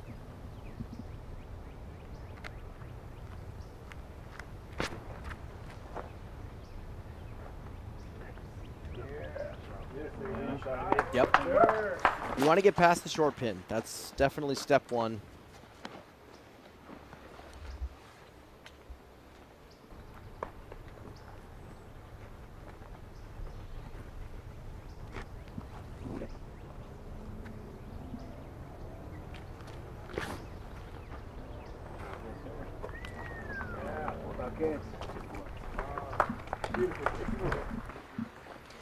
Pretty solid grouping of shots.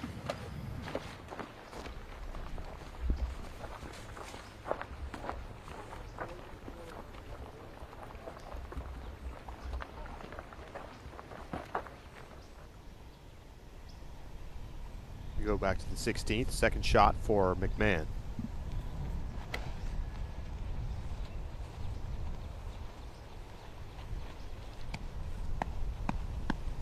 A little bit overcooked.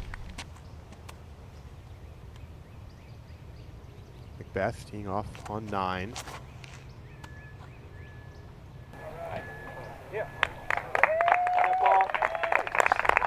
I know that shot is pretty good. He's inside circle 1. I know for a fact Paul, as a player, hates missing on the weak side, and we have seen him do that multiple times today.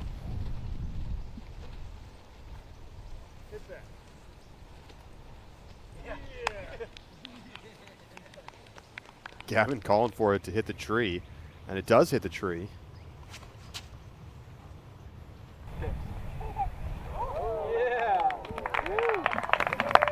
Flare skip inside the circle for Hebenheimer. Yeah, and that's a great side of the basket to be putting on too. All right, let's come back now to the 8th. How do the lies look here, Dixon?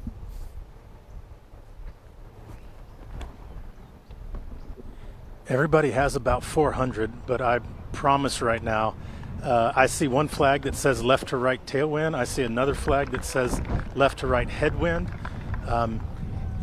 And they're having to go up this initial hill. From where their discs are, all you can see are the tops of the trees that are surrounding the basket. So you have to trust the shot that you've likely practiced from here, but it's just not as easy as it looks throwing to that blind landing area, knowing that you're going to have to throw high because of the upslope in front of you, and then trusting to see what happens. AB goes super high and stable, and he is going to come up short at about 45 left, going to have a headwind putt into that cove where the basket is. Joey now, an interesting thing when you have swirling winds like this, does Joey trust the wind read? Does he trust the banner flag? Does he trust what AB's disc just did? Or does he just go stable and wide right and just try to power through everything?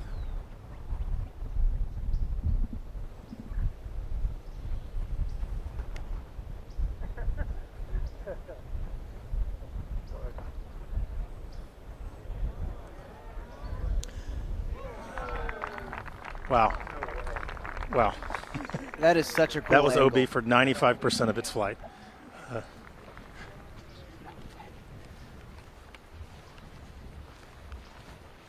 Crazy shot there from the drone angle. Well, yeah, you can't see it turning over. You can't quite see what angle it's on, so you're wondering if it's burning out or fading in. Nice shot. Joey Buckets holds the course record. 55. That'd be a 12 under this year. Basically the same course they played in 2023. A few tweaks here and there. Some holes gotten a little bit harder.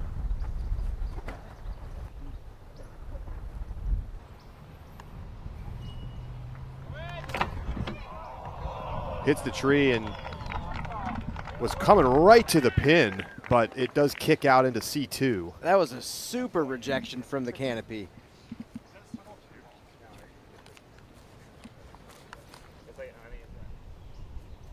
Let's go back to 16. Third shot for Eagle. Trying to get off this slow spell. He's not birdied since the 10th. He went 7 down through 10, and he's 1 over since.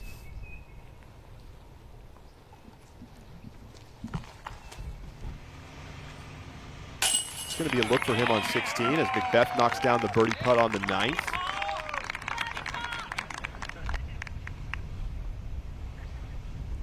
Spectators really starting to fill in this afternoon. Getting towards the end of the workday in Kansas City. A little past 4 o'clock local time. Ebenheimer in for birdie.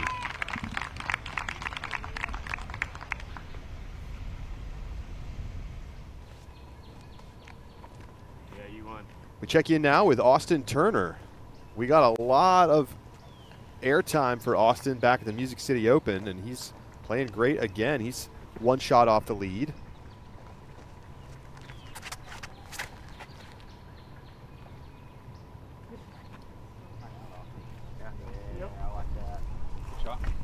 Interesting card here. Another lefty steps up to the tee pad. And another lefty shows in left side of the frame.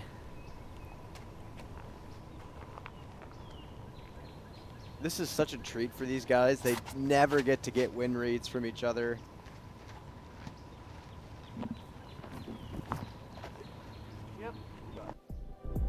Well, let's take a look at the full card. There it is. That is my hey, what do you know? Dream come true. Zach Melton kicked things off with a 275-foot throw in for Eagle on hole 1. Yeah, it's the lefty magic. He's finally getting energy from his own people. And if you go check out all the cards for today, you may find some other nuggets hidden throughout.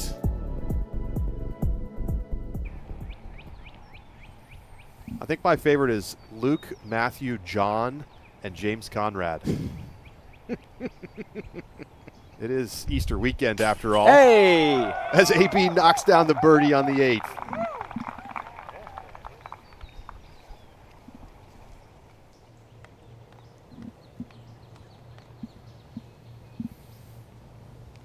Now Rathbun.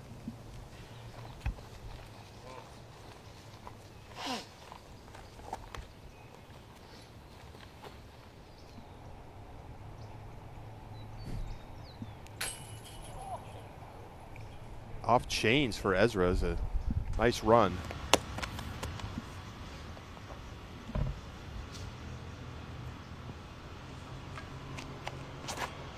Macbeth.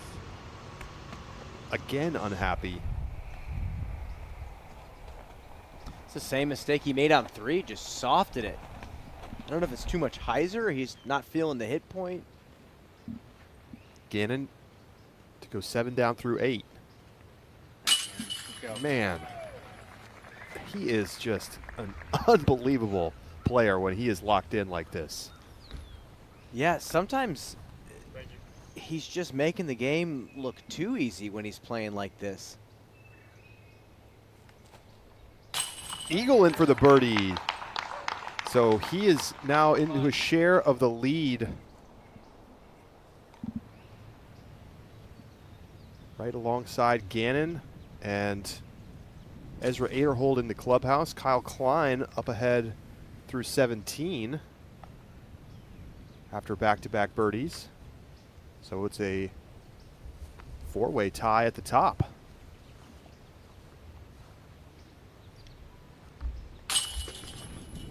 Ezra Robinson in for par.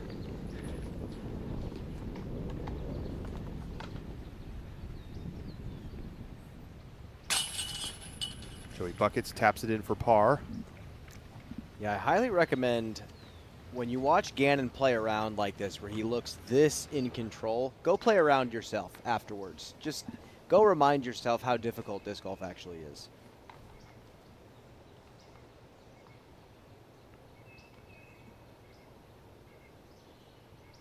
Gavin takes the par. One shot off the lead. Let's take a look at this leaderboard right now. It's compelling golf, too. We're going to see some really great golf over this weekend. The battle during the final round, I don't know who it's going to be between. I just have a feeling it's going to be a really dynamic day. Some major champions up at the top of the leaderboard. Go to the 9th. Got to change speeds again. Calling for the skip. Gets a little bit. He's in C2, but very similar distance to what he just made on the 8th.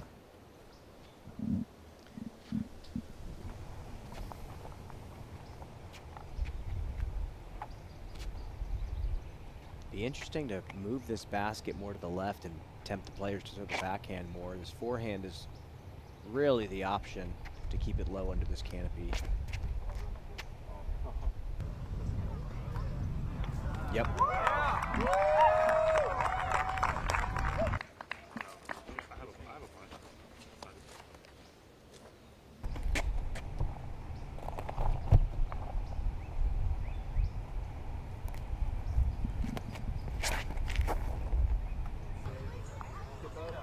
Yep, pretty.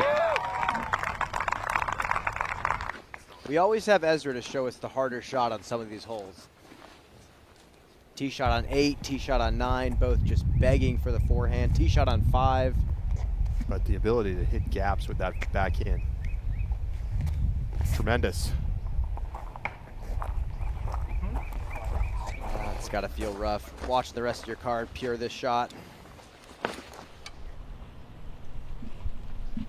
We go to 18. Turner's 3rd. Trying to close out with a birdie and have a share of the lead.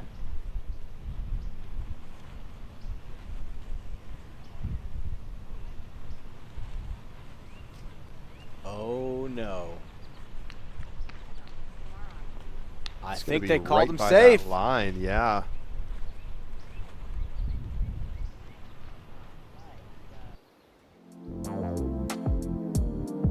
Well, we pull up the pre-event odds one more time. Austin Turner coming in. Man. Bet 10 to win 1,000 on Austin Turner before the tournament, and that's the last time you're going to see that line the way he's been playing. I think that's for the best.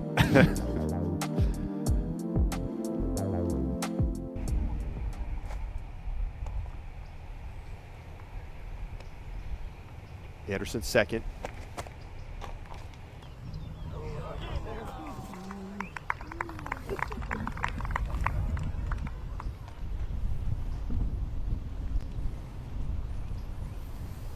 McBeth lining up for his par putt on the 10th after going OB off the tee.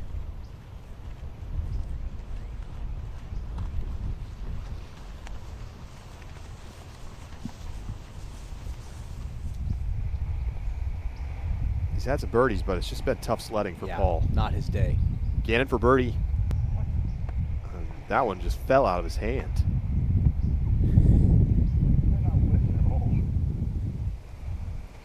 He's just going to have to laugh that one off.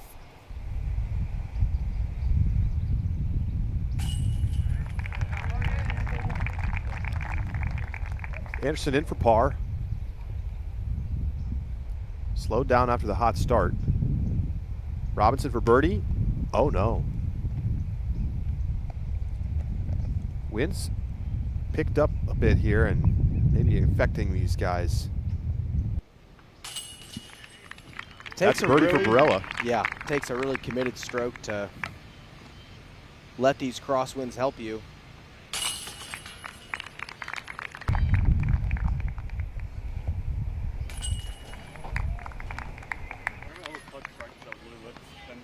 So Robinson a little frustrated with himself after the C1 miss.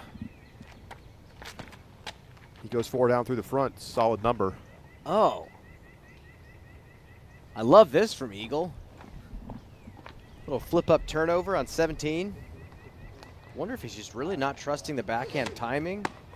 I know he's not traditionally too stellar in the woods based on his results, but I'm here for the forehand technicality.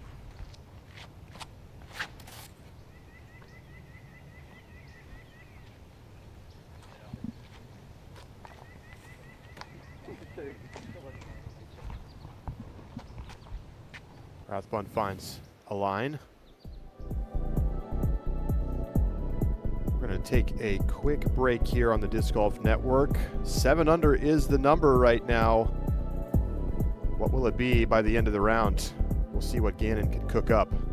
We'll be back. It's Simon's throw, 2 behind our leader. Driving project. That's a sick roll. Birdie. 1 down, 1 to go. And it just started raining.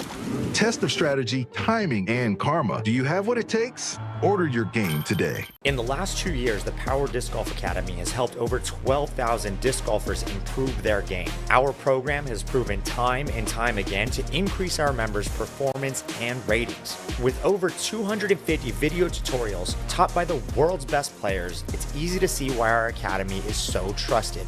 To celebrate, we're running an anniversary sale of 60% off the first year of your subscription. Visit powerdga.com and use promo code 2YEAR to join today.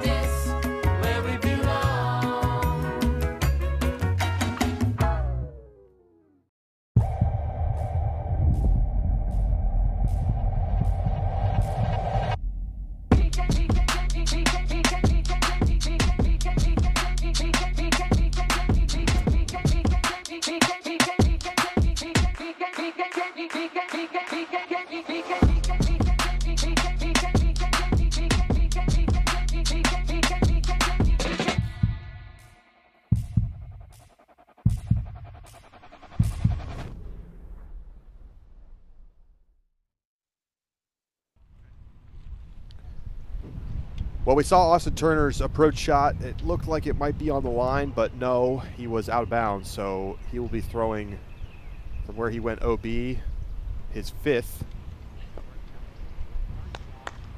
And he would go on to make that for a bogey, so he finishes his round 5 under par.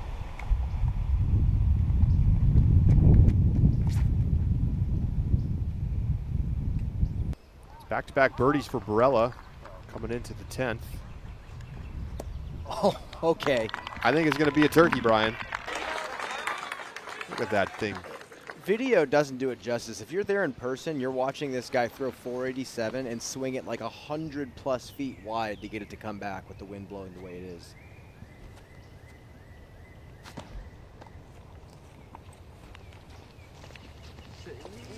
Eagle skipping it up onto the green.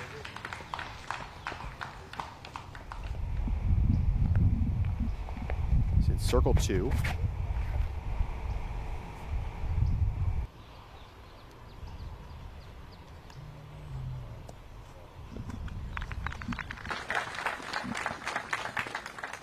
Pretty good, solid. Gavin's second on 17.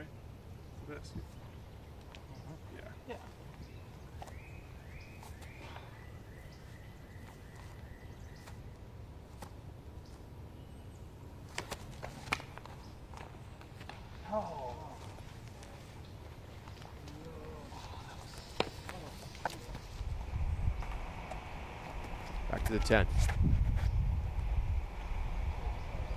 Yeah, look at the lift from the crosswind. Holy cow.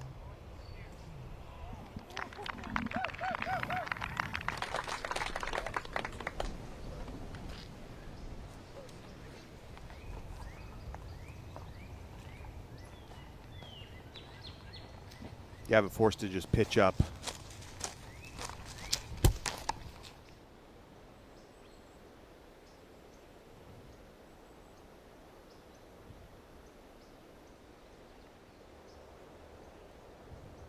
Great look at the shape of the hole from our Flight Factory drone.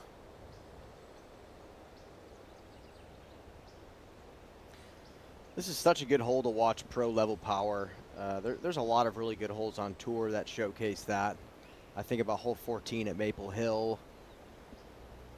Just shots that you can see players throw shots you'll never see in your local league. Ganon for birdie to take the outright lead.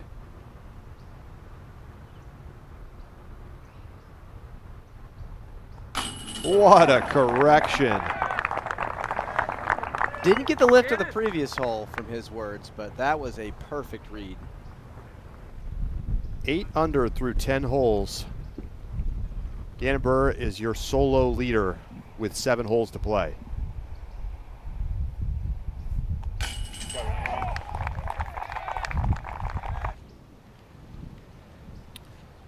Joey Buckets laid up this for par. Okay. Little elevator from the top floor.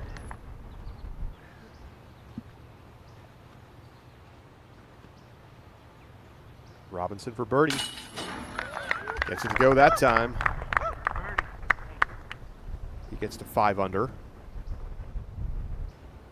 Ezra quietly playing very well.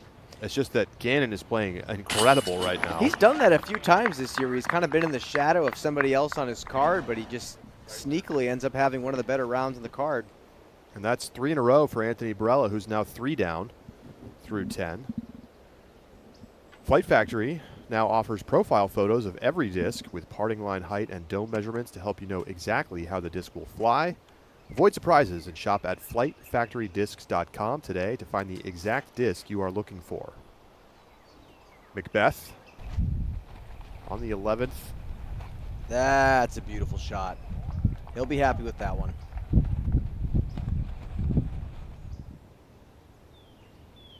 Birdie look for Eagle from down the hill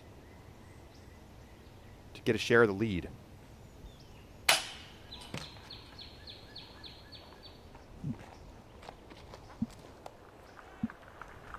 To the green of the 11th, Macbeth's birdie putt is good. It's been a bit of a frustrating battle for Paul. It feels like he gets the birdie and then follows it up with a bogey. Now AB on the tricky 11th. His tee pad's pushed pretty far back.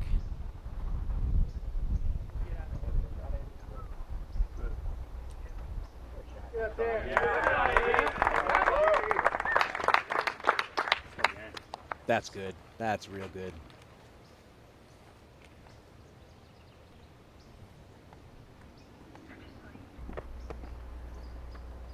Wind blowing left to right.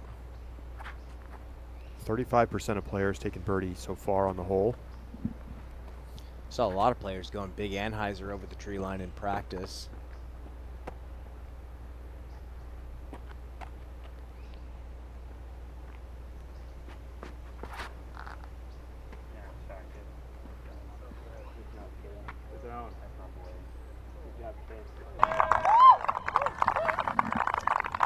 It's a fun shot to watch the players throw. I love a force flex shot.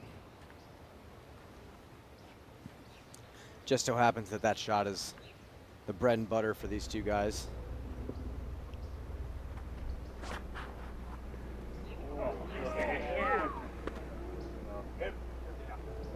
Skips inside the circle for Robinson.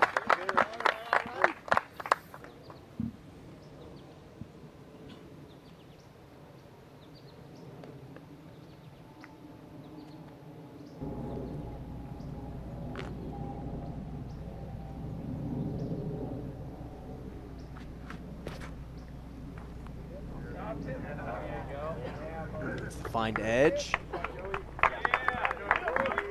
That is such a good grouping of drives. Joey's going to have a little bit more favorable putt on that side of the green. Kyle Klein coming in on 18.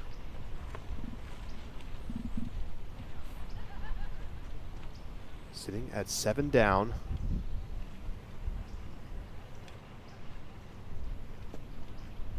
And that's a birdie putt coming up to get to 8. That would make him the leader in the clubhouse and give him a share of the lead with Ganon.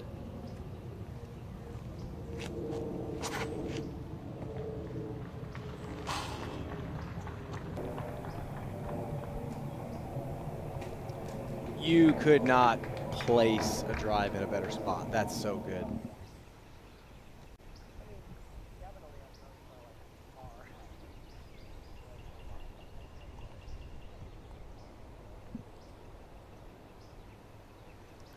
So this is where Eagle found himself off the tee. You think he can get to the landing zone from there, Charlie? Well, I think yes, but it's probably going to bring OB uncomfortably into play. Yeah, he does have the hyzer power to get one up the hill from pretty far back.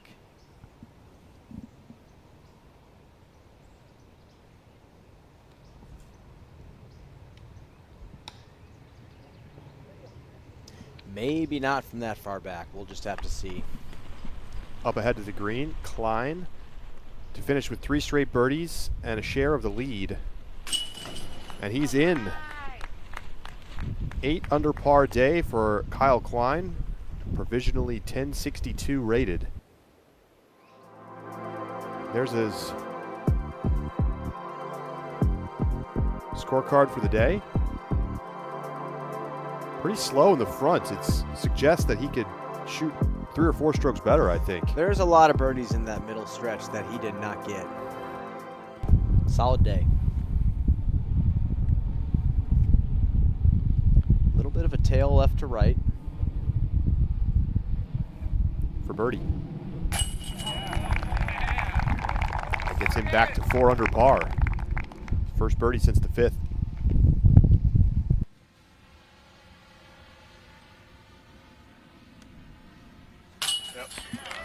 Ezra in for the birdie.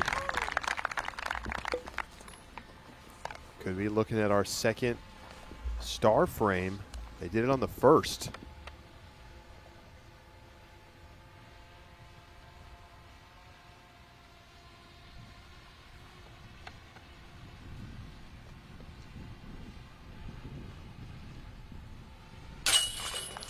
Ganon back to your solo leader at 9 under par. And Barella taps it in for his birdie. That's 4 in a row for AB, who's moved up into 13th place. But Ganon Burr, the story so far this afternoon. Let's go back ahead to 18. Garrett Gurthie putting for par. Yeah, a little sonic spin putt in there. Beautiful. So Gurthie finishes the day 5 over par, 2 birdies on the afternoon.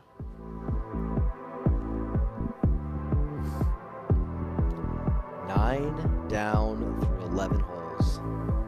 Nobody else is even close. And, Robinson, 6 down through 11. It's a great round going for Ezra Robinson.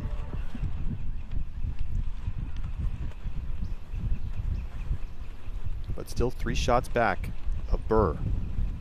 Rathbun's 3rd on 18.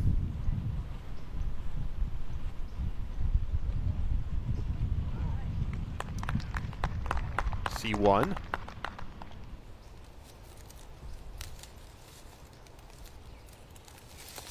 Eagles got the distance. Does it have the height? Yep. Just enough. So he's on the green. He's got to look at a birdie to get to 8. Macbeth.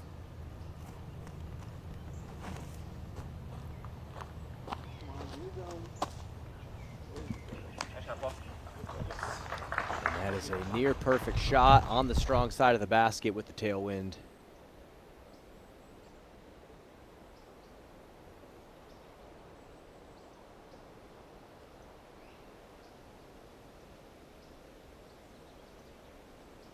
Look at the tee of the 12th. And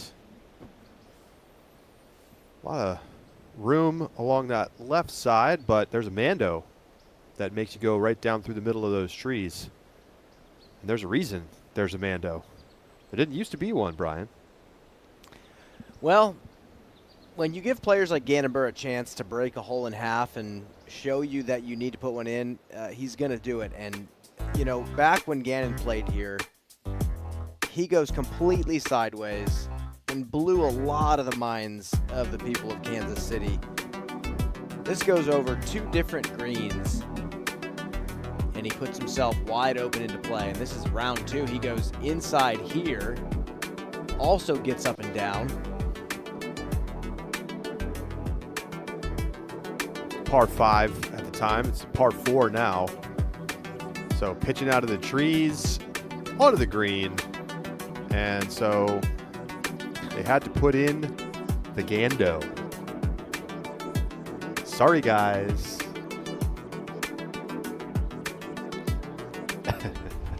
And that's what it looks like today. A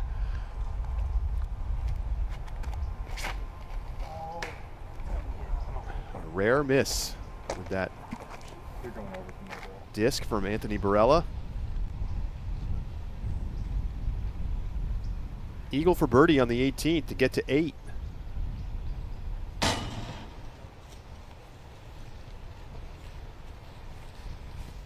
Playing for the lift from that headwind and just not quite enough. Burr.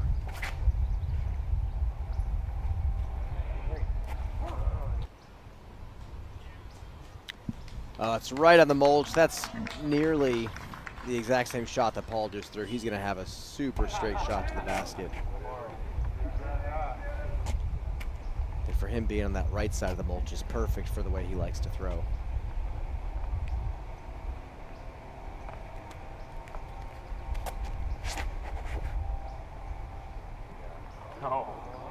Kicks off a tree and ends up solid. Fortunate for Ezra.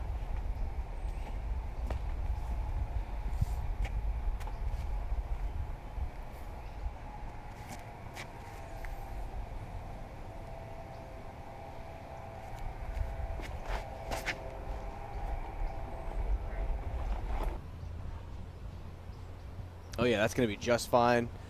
One thing you don't want to do is actually finish left. You can hit the thing with hyzer, but it has to get up to flat and push forward. Yeah, but Rathbun closes out with a birdie to get to 7 under.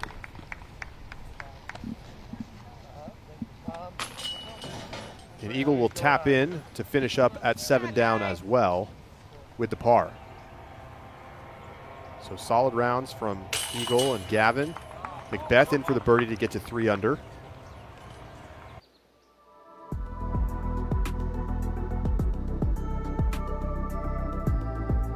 Crane 6 under through 13. He's been getting better and better each year that he's been on tour. I think there was a little bit of a break-in period once he went on tour for the first time, but everyone's been saying since he came onto the scene, he's one of the more talented in regards to just skill set players out there.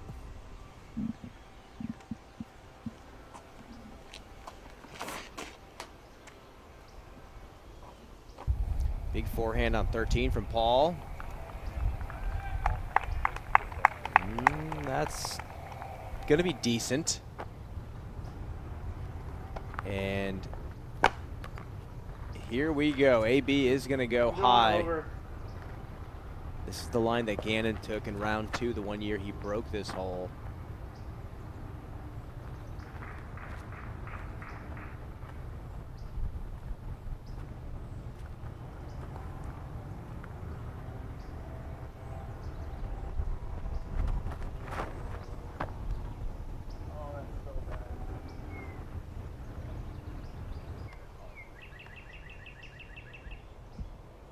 Oh, that is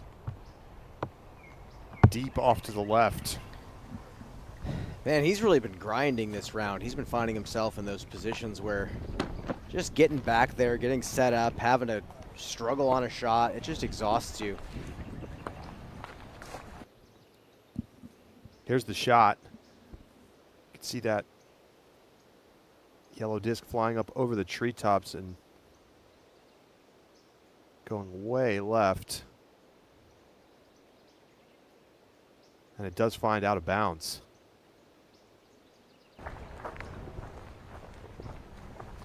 I don't think we've seen anybody even come close to that OB earlier in this tournament. And not many people can throw that far. That's a fair point.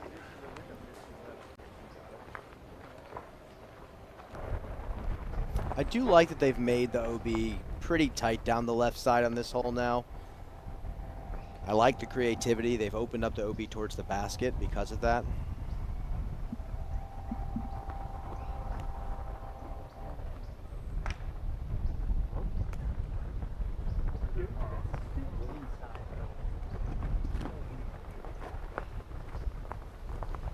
Not going to happen for Ezra.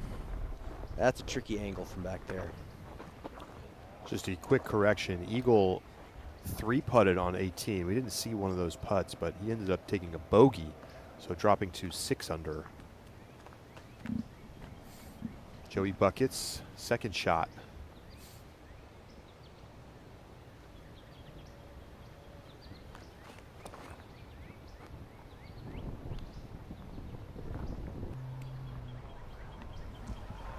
Bullseye. Nice.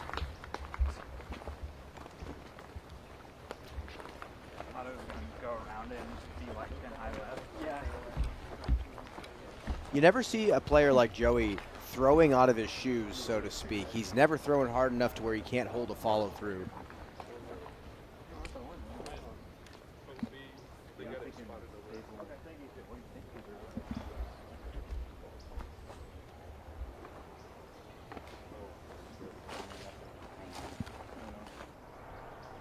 Now we finally get to Ganon's lie.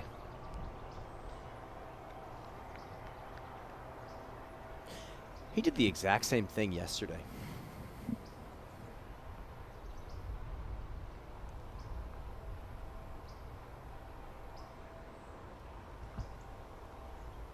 Probably got some locals in the background laughing at how far he got up the fairway.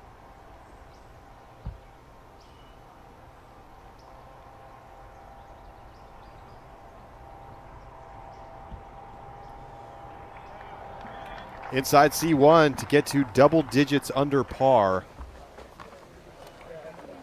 And the course record is in danger. It's 12 under, held by Joey Buckets, set in 2023.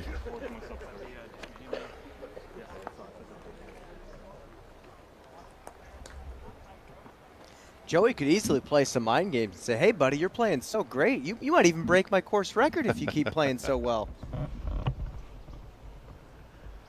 Macbeth for birdie on 13.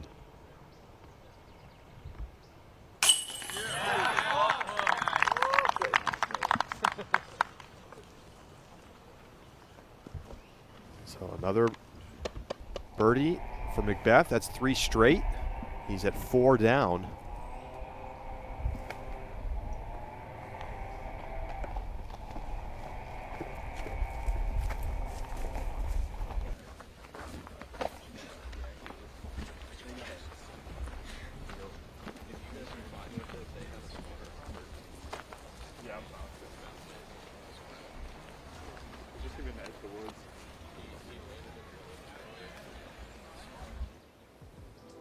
Well, let's flash it back to when Joseph Anderson had his breakout here at the Kansas City Wide Open in 2023, finishing in 2nd place. He just showed off every skill. This course really brings it out of the player, too. And first time we saw that smooth distance, that balance, that control, the huge sidearm. A lot of people became fans.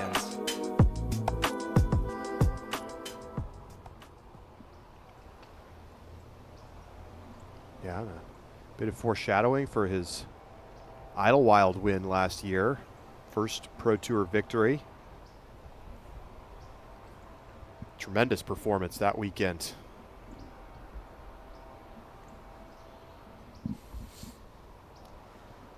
Yeah, this is so frustrating. The OB is so tight.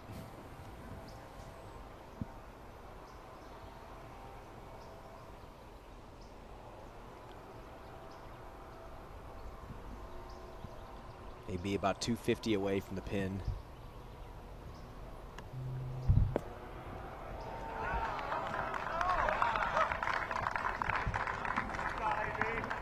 Nicely done.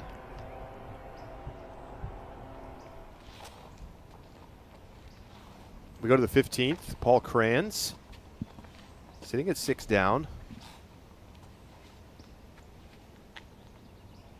Lining up the forehand through the left gap.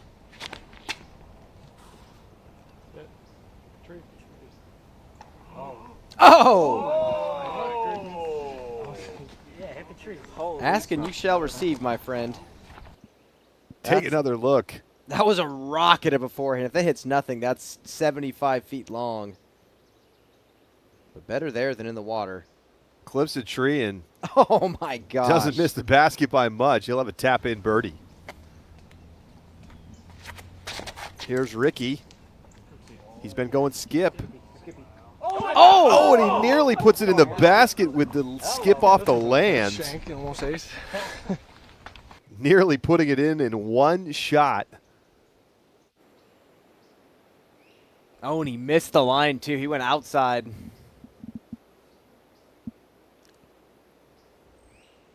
And that was chain high. Just missed it a little bit to the right.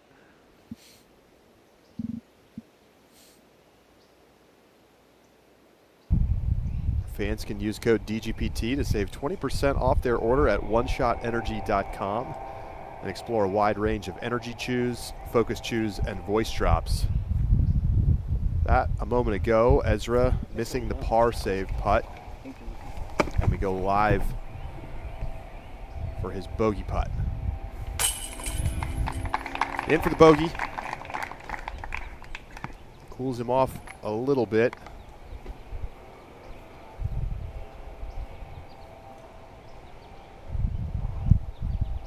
Barella for bogey.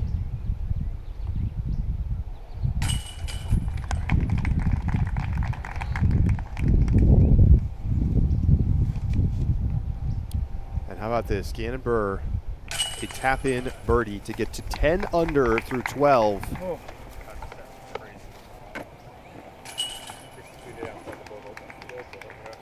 And Anderson now at 5 down on the round.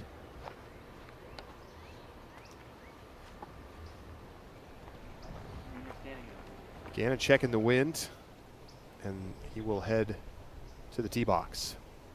Casey White putting for birdie on 15. He sticks it, gets to 5 under.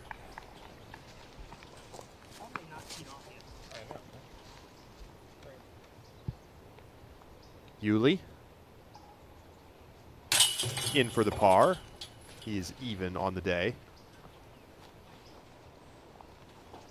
And Ricky tapping in for birdie after almost skipping it in for the ace. He's at 5 down. And Paul Kranz now 7 under.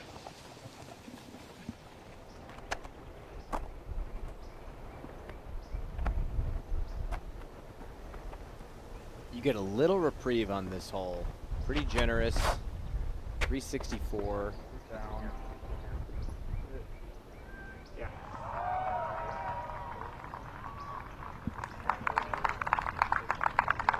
Just outside the circle. These guys get to take a nice 70% forehand up here. There's multiple reference points to pick from. It's playing as the second easiest hole on the course.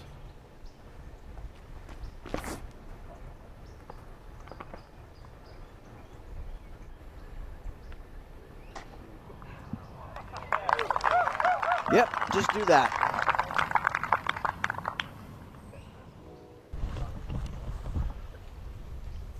To the 14th, second shot for Macbeth.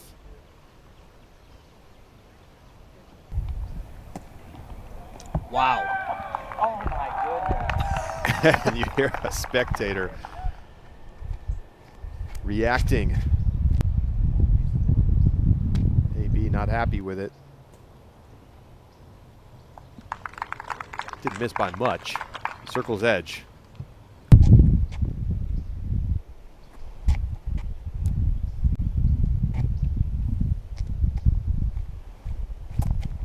Robinson with the backhand.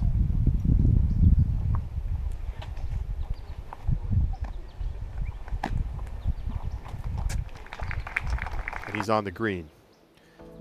Ganon Burr out in front, back at 60 seconds.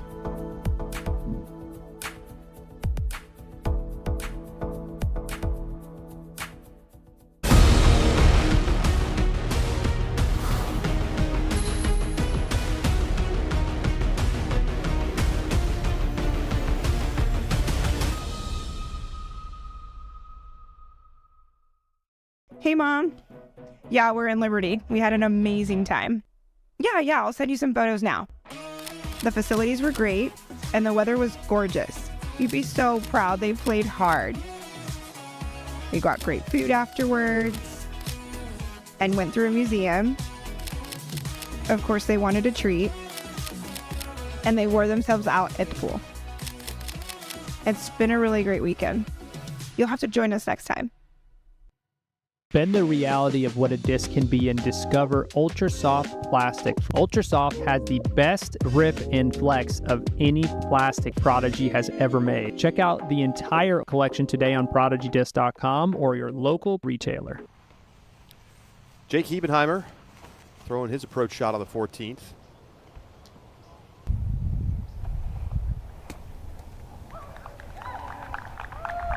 Man, these are completely blind shots. Beautiful. Burr for birdie. Another miss low.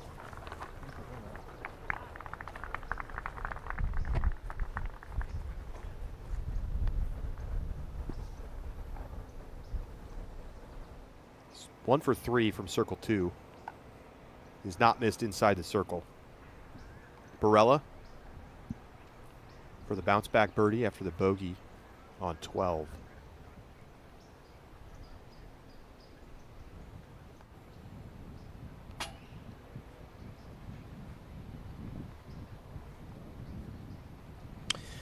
Just hasn't been his day. He's been fighting. Back on 6, 12.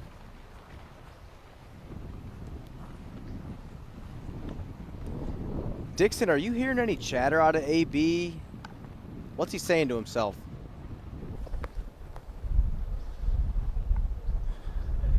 He's not saying much. Very calm demeanor. I've actually been picking up on it since the beginning, but I didn't want to make too much about it. Even his second shot on hole 3, it just looked like he didn't have power. He wasn't committed. He wasn't even really upset about things. Normally you would see him a little bit riled up, playing like he is, but it's like he just needs a 5-hour energy or something to get going.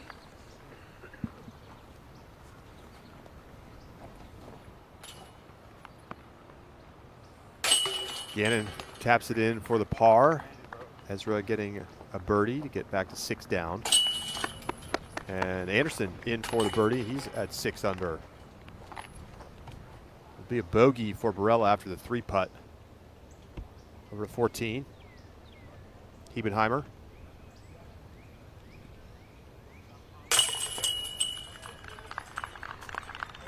That's 3 in a row for Jake Hebenheimer.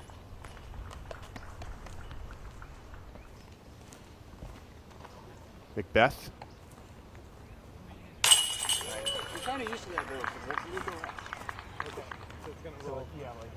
It's a great birdie for Macbeth, and he's now at 5 under. The iconic hole 14 coming up.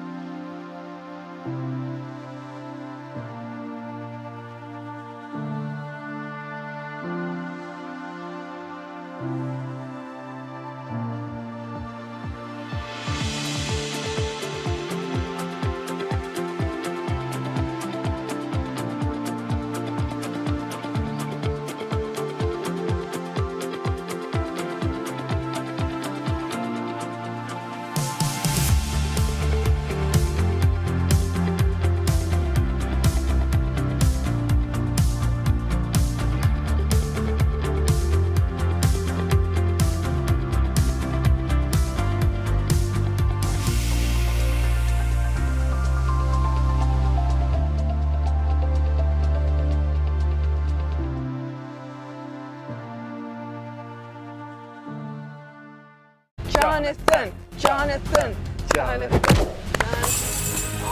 Wow! Amazing! Jonathan! Skulle du visa? Hi. Yeah, check this pad out.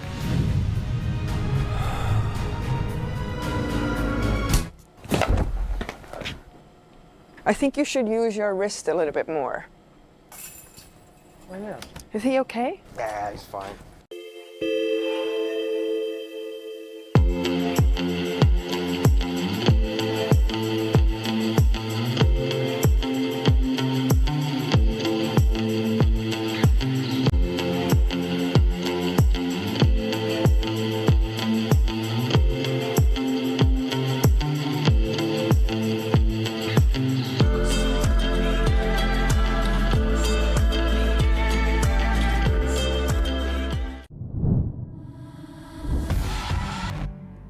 Success is not linear.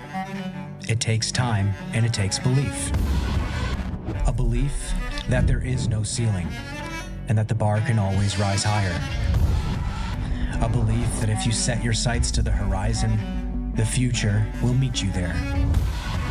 That no matter who you are or what you've done, there's always something to prove. Disc golf was built on the backs of people who dream. And out here, what started as a dream is now a decade-long catalyst that turns dreams to moments.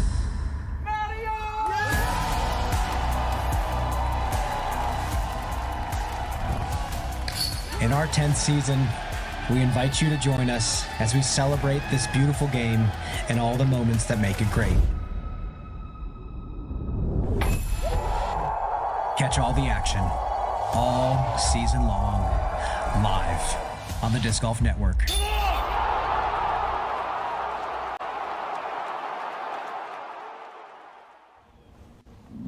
Paul Macbeth teeing off on the 15th. That's the line he's looking for.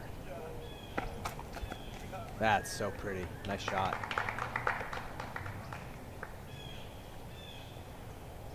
We go to 16. Kranz.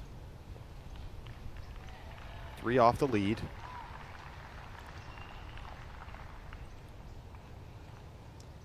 That's huge. Top of the hill. He's going to be able to unload on that second shot. Wysocki.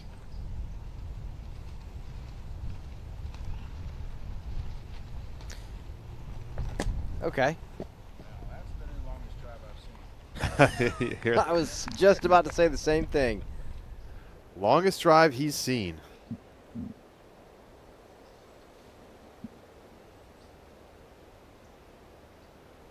Well, let's send it down to Dixon Jowers. What do we have with these second shots on this very unique hole?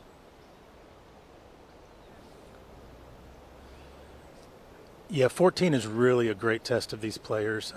If you're throwing your drive north from the box, your second shot needs to go southeast. I mean, it is a giant turn. Now, what usually doesn't come into play for these guys is there is a Mando at the corner of the woods to keep you from throwing over 15's tee box.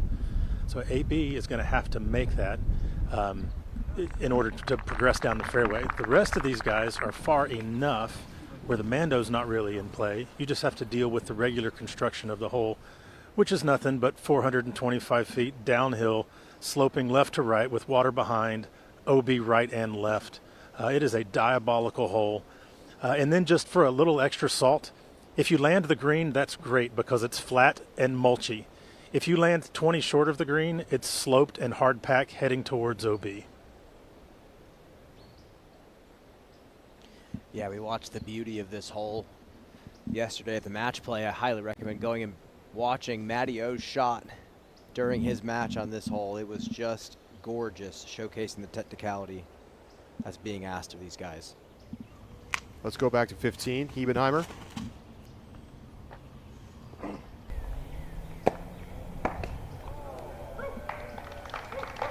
Nice little backboard.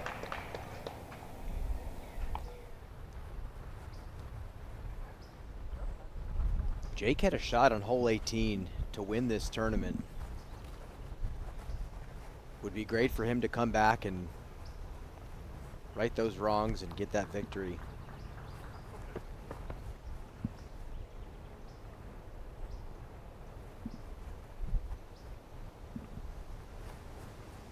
This would be a massive forehand if he could pull this off.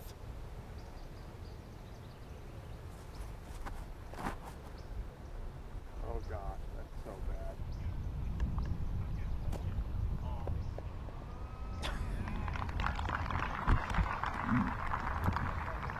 Quote, so bad, unquote.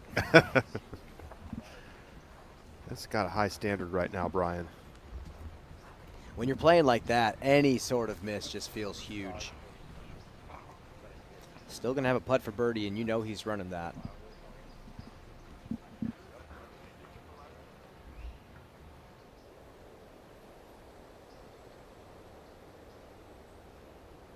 We see a lot of U-turn holes in the world of disc golf, and I think this one is done just spectacularly well. And I actually think that Mando is perfectly placed. It'd be kind of messy seeing players try to cut the corner.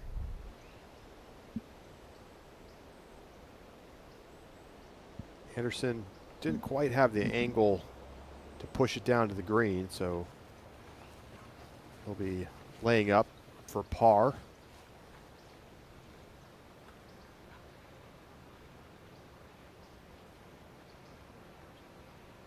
Forehand from Ezra.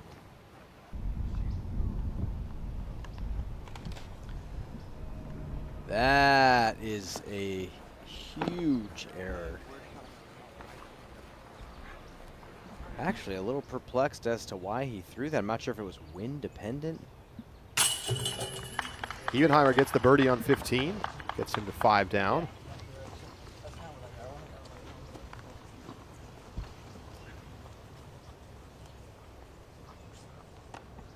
Macbeth.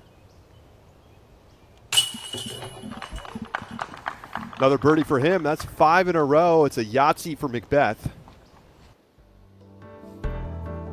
He's now up into a tie for 6th. It's kind of a tight leaderboard, and then Ganon. This field is just so entertaining to watch this time of year. So many young players coming into form. Love seeing Paul and Rick up the leaderboard.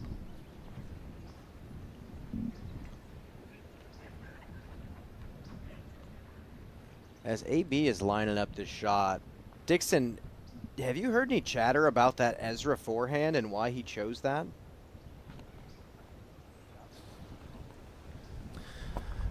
No, if I was his caddy, I would have stepped in. When I saw him lining up the forehand, I was thinking to myself, this is the guy that famously throws backhands when he should be throwing a forehand, and this is a pretty standard backhand shot for him. Just a turned over, floating mid-range that pans out at the end. I'm not really sure why he went forehand, and as soon as I get the opportunity, I'd like to ask him about that. But I need to wait a little bit because you never want to get asked about a shot right after you chuck it OB. Hey, how about that OB shot? Right on, Dixon. We agree.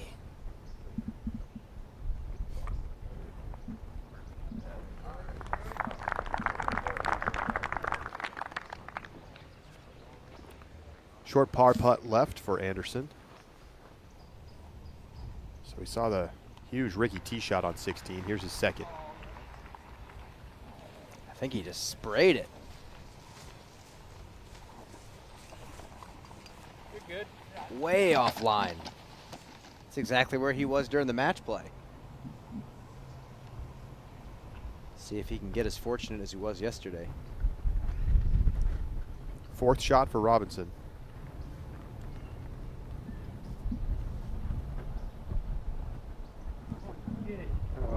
Pretty good run.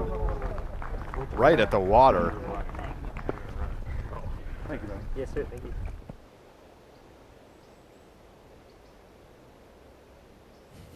Did I just see a mini exchange back to Ganon? Did Ezra forget his mini somewhere?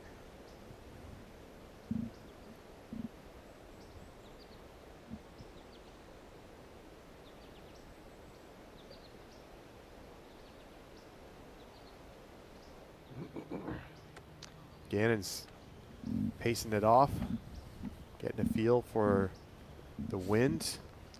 You know, he doesn't need this, Brian. This is one of the best long putters in the game. Yeah, this season it hasn't been good, but this is a guy with super confidence from this range. To get to 11 under. Wow. Didn't like it. Don't know if it's going to lift or drop. Just not trusting the wind. And yeah, the flag is still, it's kind of scary when it's doing that on a day like this.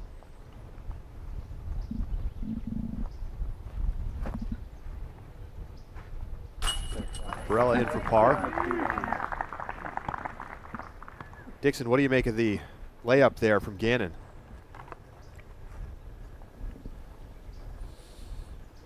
It's his smartest shot today. It's just not something you can do in the first round, no matter how confident you are. It's not that he can't make that. Of course he can, but he doesn't need to do that. There is the drop-off right behind. You've got a little bit of space. Like behind the rocks, it's about 20 feet to the water, so there is some salvation there. But when you're playing as well as he is, there's just no need to take a bogey on this hole. Take your par, move on with your lead, and just keep playing good after this.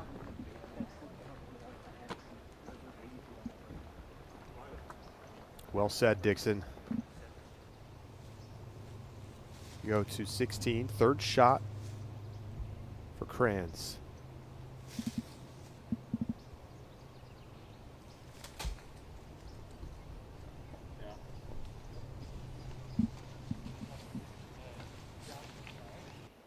So that was just a moment ago. Now we catch up with him for his fourth shot.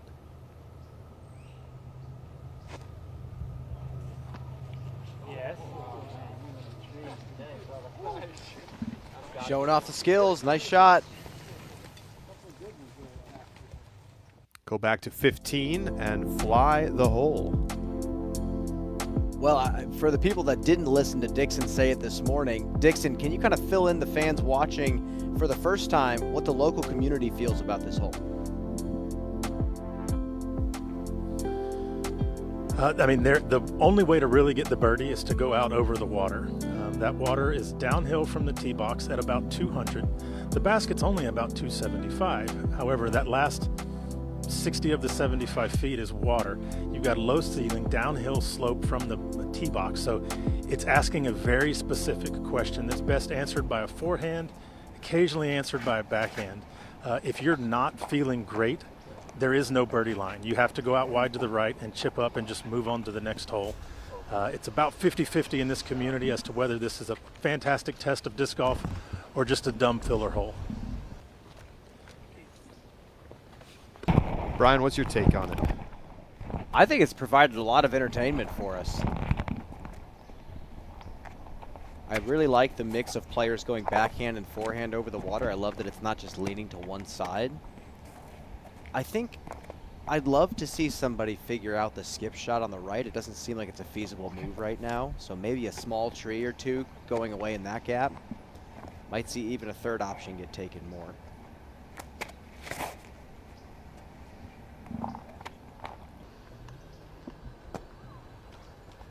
Yeah, just C1.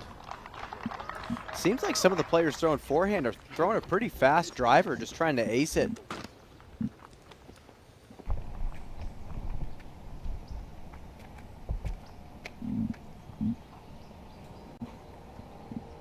AB going backhand through the left.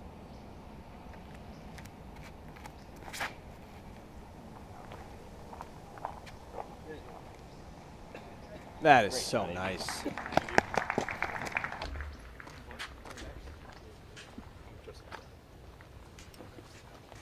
Takes a pretty stable disc, releases it on Annie, lets it push forward.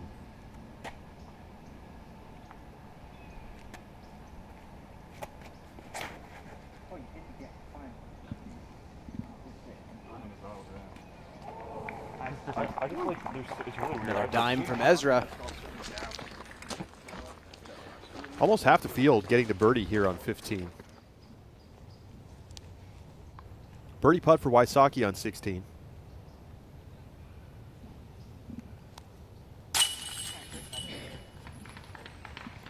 5 of the last 6 for Ricky, and he's now 6 under, 4 shots back of Ganon.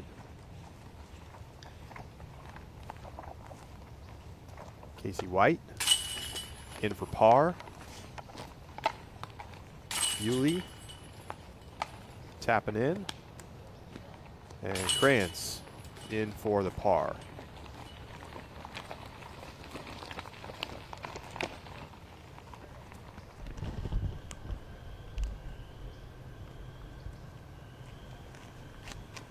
Beth teeing off on the par 5.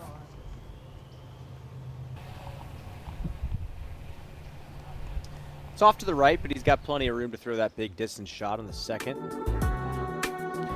Well, we're going to take a quick break here. Round 1 coverage of the GRIPeq 43rd Kansas City Wide Open, presented by UnderPar, continues.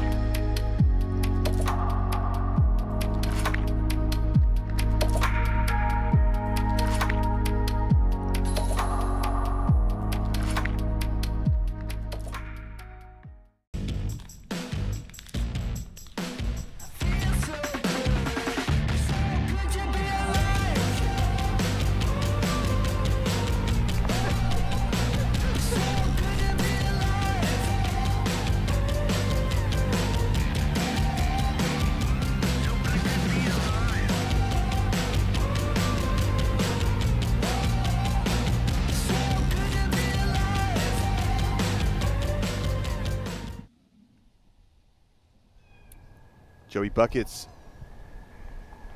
putting on 15 for the par.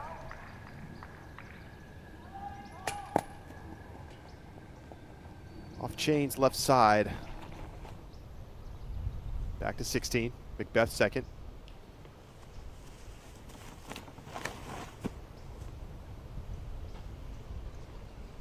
Oh, that's nice.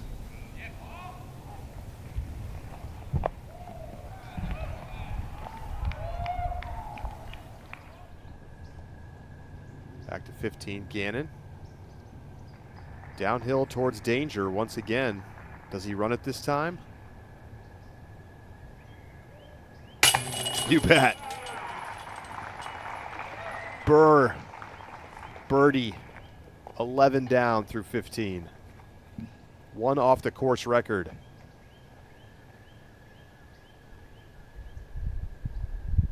Robinson gets the birdie to go. There's just something awesome that shows off Ganon's IQ, laying up one putt on 14 and then running the same one on the next hole and making it.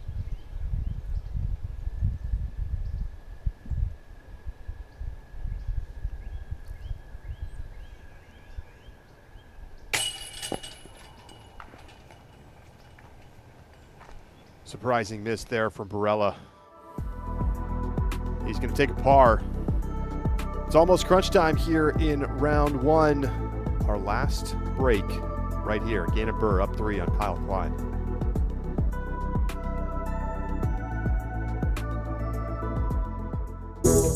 It's that time of year again. The Discraft Tour Series returns.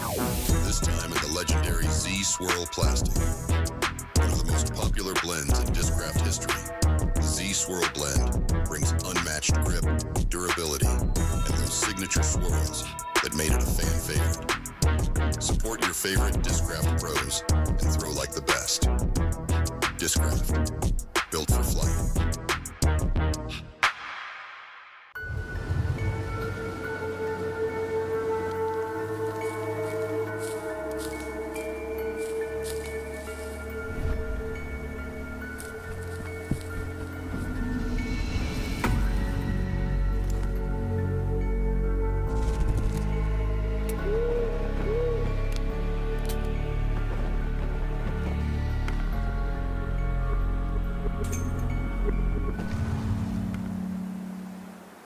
My name is Garrett Gerthy, also known as Double G, and I'm the founder of Double G Craft Jerky. Double G Craft Jerky is an awesome snack when you have a hankering on the course. You need a little something to pick you up out there so you can really get after a drive or finish on a putt and capitalize. When you're playing a disc golf round and you're hungry and you don't have a snack on the course, you start to lose focus, you start thinking about what am I going to eat for dinner. With Double G Craft Jerky, that's not a problem.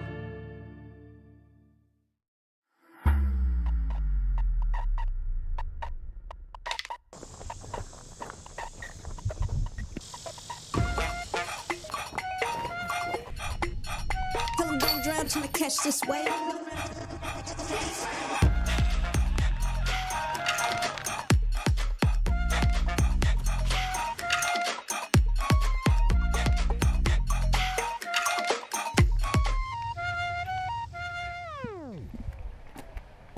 We are now in crunch time here in round one. Commercial free the rest of the way, courtesy of 1010 Discs. Ganon Burr is one shot off the course record coming into the 16th.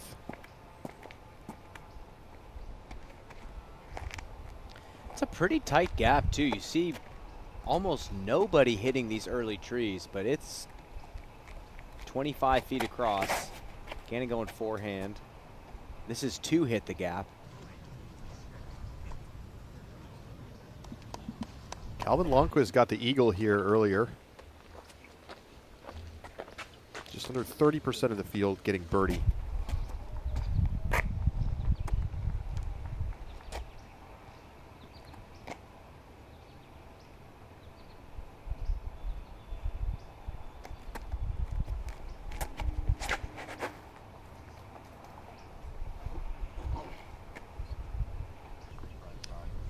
That's going to be annoying. He got some decent distance, but he's pinched off on the right.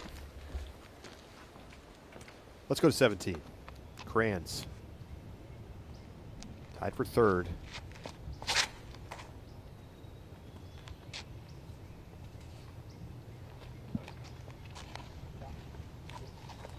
Sounded clean. Looked clean too.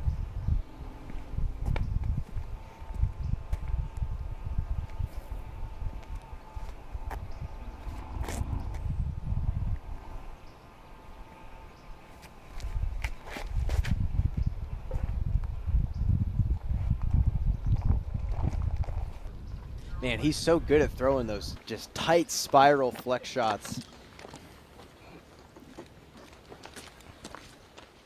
Nice shot. McBeth, third shot on 16.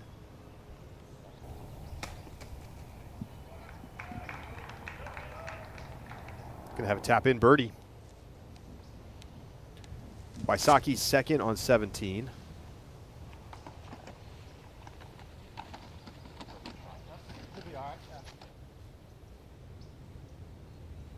Here's Kranz.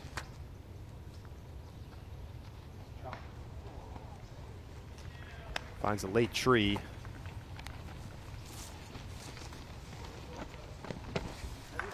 We have a circle two look from there. Presnell tapping it in. McBeth getting the birdie. That's 6 in a row for Paul McBeth. And he has moved all the way up into a tie for third. And it's amazing to see because he has had so many struggles earlier in this round. That's what he did all last year. And what did he finish? 6th in the Pro Tour standings last year after looking like he couldn't do anything? He's just that good. See how many players still in contention. More than 25 players deep at 4 under or better. Ooh, didn't hit anything? Hit something late. He's going to have kind of a big panning forehand from there.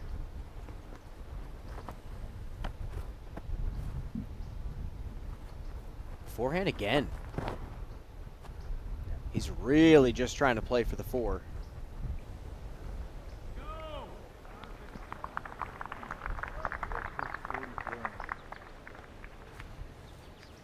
This is kind of going off what Dixon said on 14. He's picking his spots to be aggressive. He runs the death putt on 15, lays up on 14, playing for a conservative birdie here on 16. He's golfing.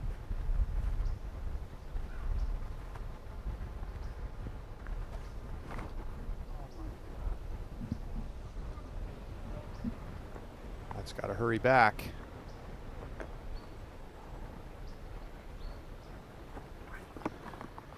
Out of bounds. Just a big miss. Wide left.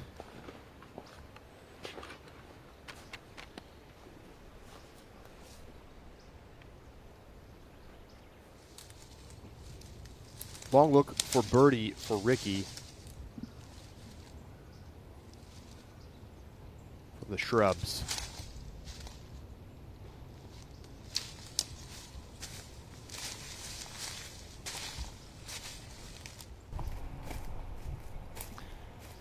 It's not terrible footing. It's just that overhanging branch that's just frustrating.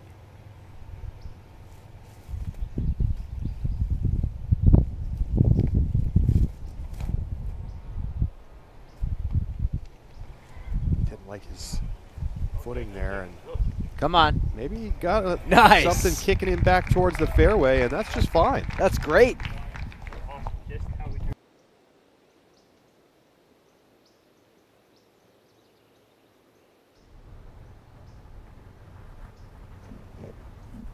Second shot for Barella.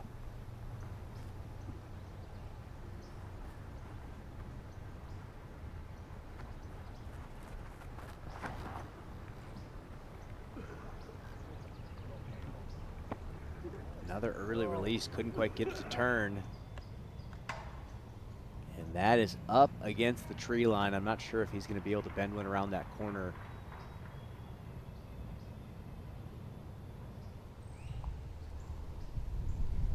Back to 17. Long look for Paul Kranz for the birdie. So he'll go on to tap in for par and remains tied for third at 7 under par.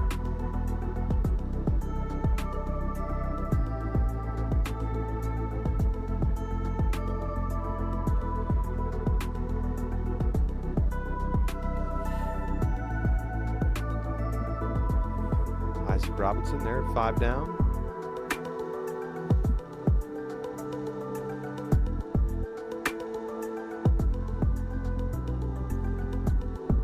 Aino Makala, one of the few Europeans in attendance, sitting at 1 under.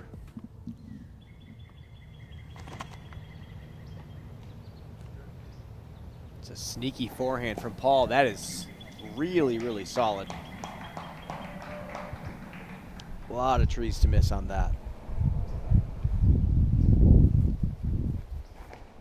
Fourth shot for Anderson.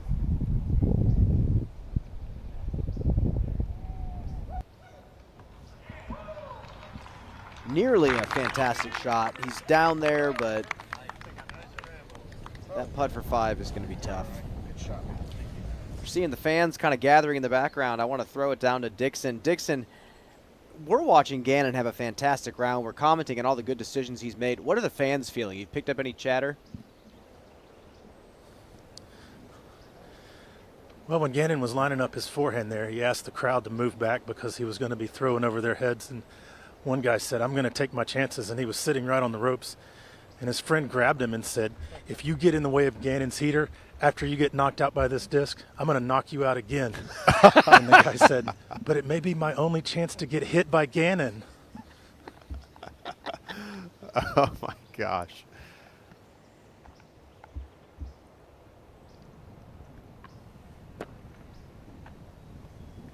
Yeah, what an honor it would be. And a tragedy. A scar to tell your grandchildren about.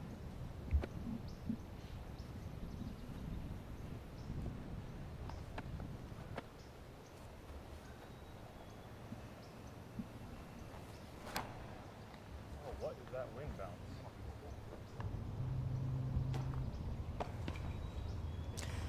You know, I don't know what that wind bounce was either, but now you're pin high. Another birdie ahead.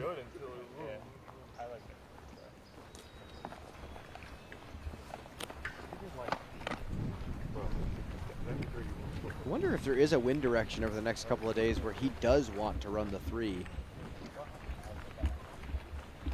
obviously has the distance for it.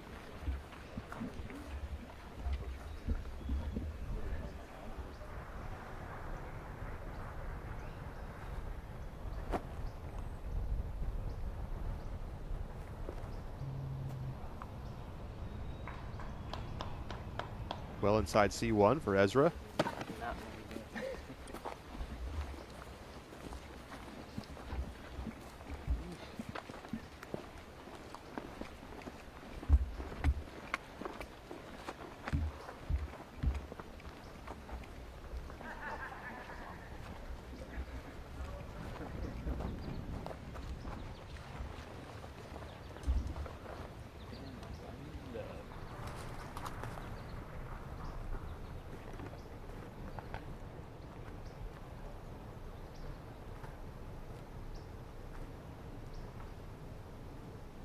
So AB trying to find a window.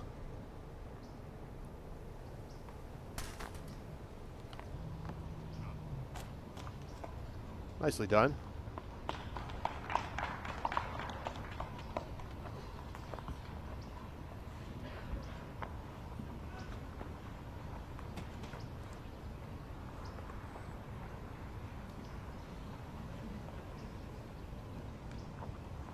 Long par look for Anderson.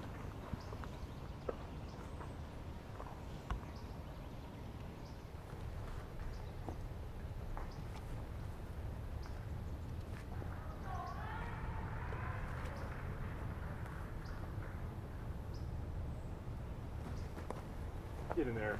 Oh. Doesn't get it to go. And bogey does not feel good on this hole. No, it doesn't. Any of the par fives, it's not going to feel good.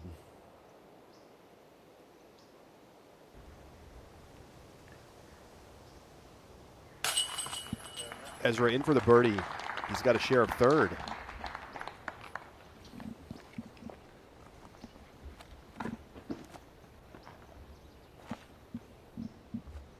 Ganon to get to 12 under the course record.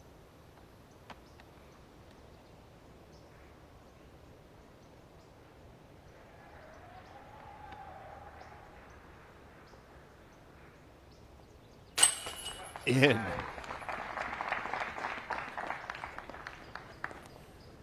If he birdies out, Brian, I think he could be looking at an 1100 rated round.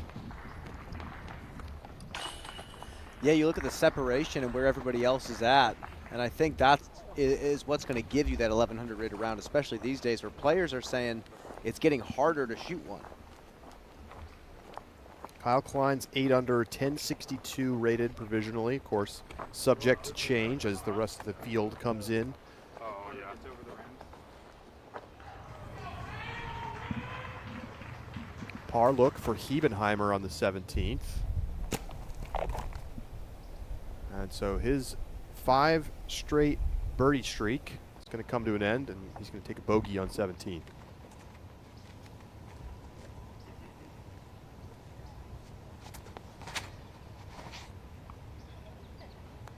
Big flex shot on 18. Oh, boy. Wow, really? Love the line on that. That's some aggression.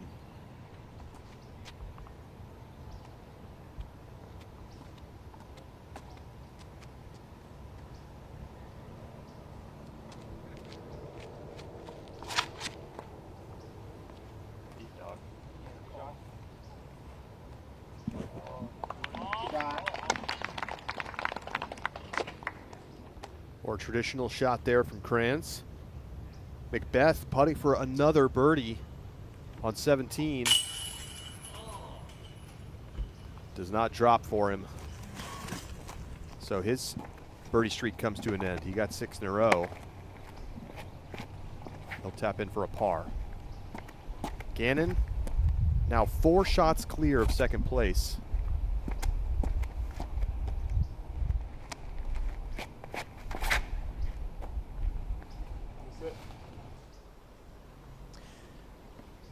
Strategically, I really like that Ganon goes forehand and plays it really conservative on 16. You don't get that noodle arm effect of hammering 2 backhands on 16, then coming up here and having to throw touch. He's got a fresh arm. It's going to be easier to down tempo.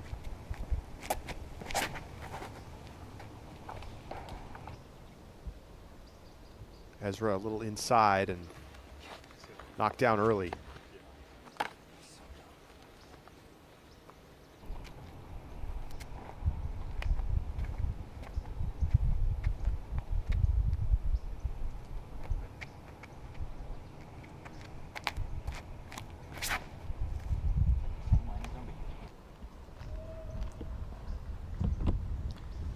That is perfect. Nice shot.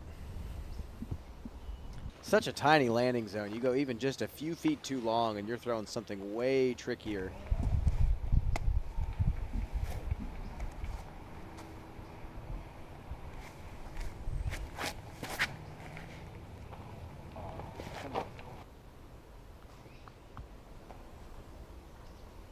Yep, just like that. Back to 18. Cran's second shot.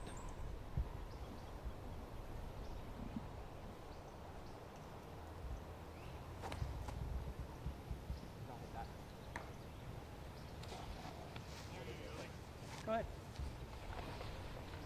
Wow, look how far Rick got up here.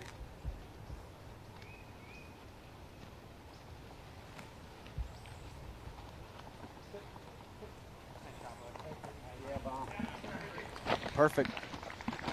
So close to that gap, it makes it pretty straightforward to fire it through there to the landing zone. Ezra, trouble. This is the worst hole ever.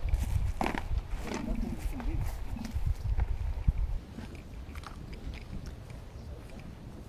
Not a fan of 17.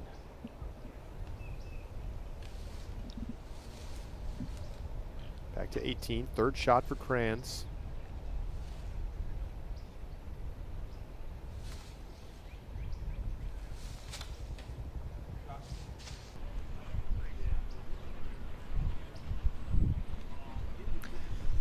Not bad. Still a decent ways to the basket, but nice recovery. Joey's in a solid spot. He's just a little bit far from the pin on that right side.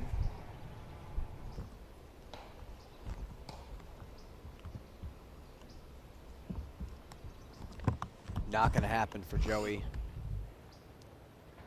Dixon, what is it about this hole? We saw and heard the frustration from Ezra.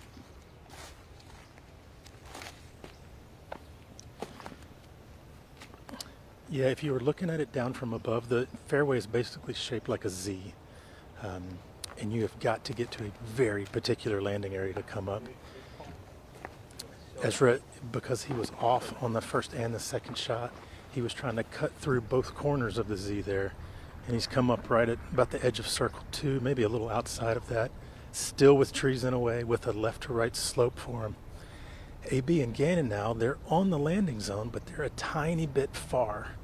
They basically need to go 150 up the hill and then make a dead right-hand turn for about 60 feet. The problem is that they're both on the right side of that opening, so there's really no room to wiggle here. AB doing a good job. He's got about 40, 45 to go, but there's death behind this basket from the angle that he's at.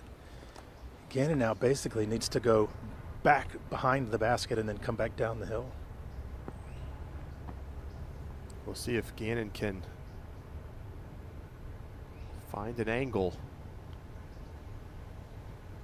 Gotta go really steep. Might even throw something a little flippier.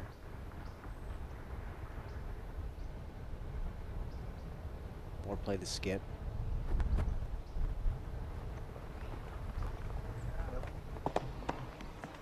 And onto the green. Will it settle? It will.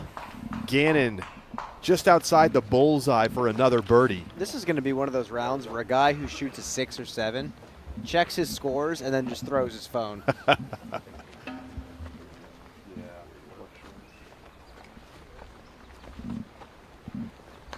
Because, man, a 6 or 7 feels great out here. That is a lot of great play.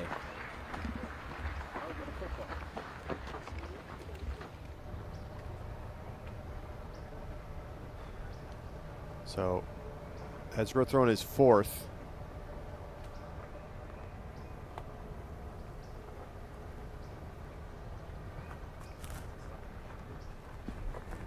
Off the koozie. Going to be a bogey for Ezra Robinson. He'll be glad to head to 18. Macbeth. Going big. That didn't flip. Oh, that's going out of bounds left. He's had that same miss a few times today where he hasn't gotten over on the big backhands. I know, and that disc on 16 flew a really nice distance line for him. He just can't quite get the angle consistent.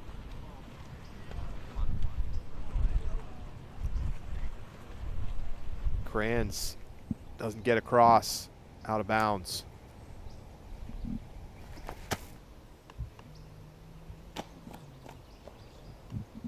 Tap in for par for Joey Buckets.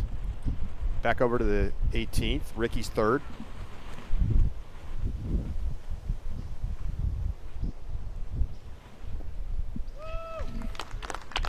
He's got that left for birdie.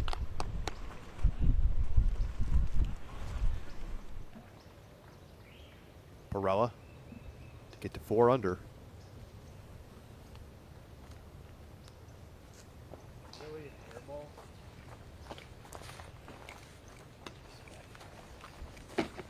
Just has not been his day. Yeah, that's all you got to really chalk it up to. That's the 6th for Kranz. Double bogey putt left. Perella makes a comebacker. So par. Reigns at 3 down. Ganon to get to 13 under par.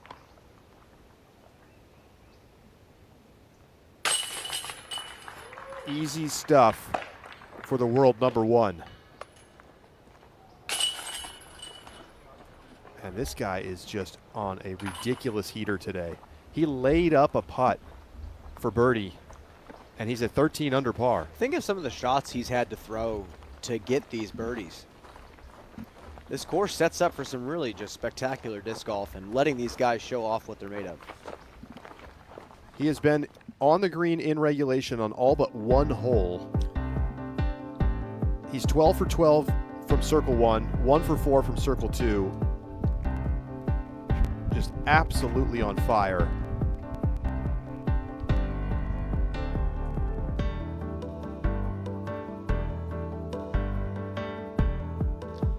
Yeah, he's just been playing like we remember him playing last year when he won those 9 tournaments, 2 major titles. He's just become such a well-rounded player, and he has an answer for everything now. And now it's just, how confident are you? How well can you score? How good are your decisions coming down the stretch? And we've marveled at some of the good golf decisions he's made. And then, yeah, you look at a hole like 17. You can't just outclass a player on it. You have to be crafty. You have to be resourceful.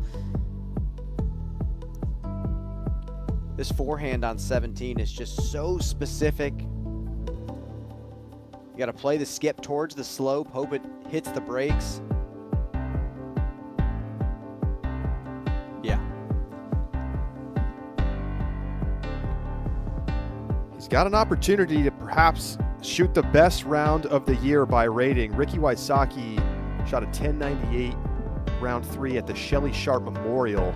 The highest rated round at a Pro Tour event was Nicholas Antila's round 4, 1095 rated. And Gannon Burr has been getting better every single week, and he can't improve much more than first place, and he is sitting in it right now.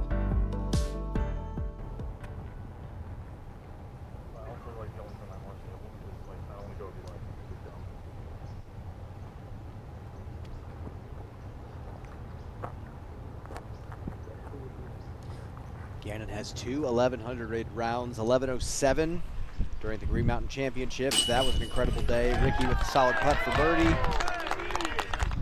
And 7 under is a great round today. Ganon's just doing something special. Yeah, it's not going to be 1100 And he's also just had one 1100 on the nose of the Texas State Championships back in 2024. He shot 2 1100 rated rounds last year and a 1096.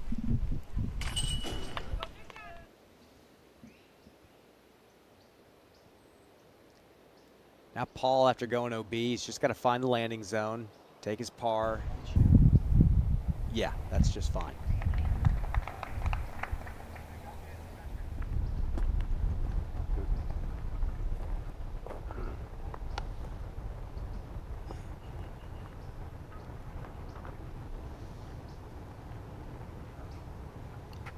While Ganon's waiting on the tee, Dixon, can you kind of paint a picture for us? What's the goal here?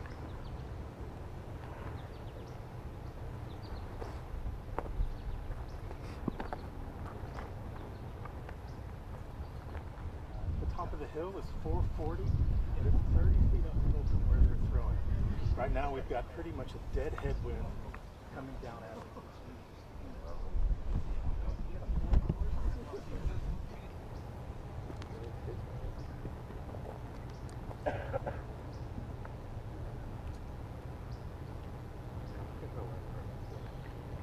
We saw Rick kind of give us the line. You throw the big, long turnover, something stable, let it flatten out. And you can throw far enough to where that gap on the inside line is pretty short.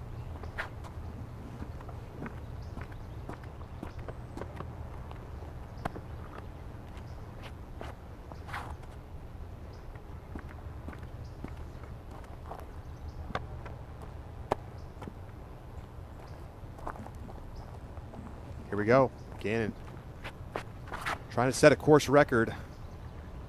Just needs a par. Oh, look at that.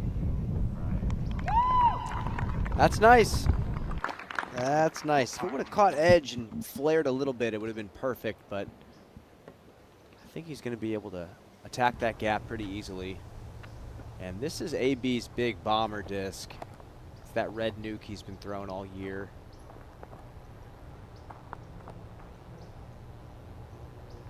This might hit a satellite.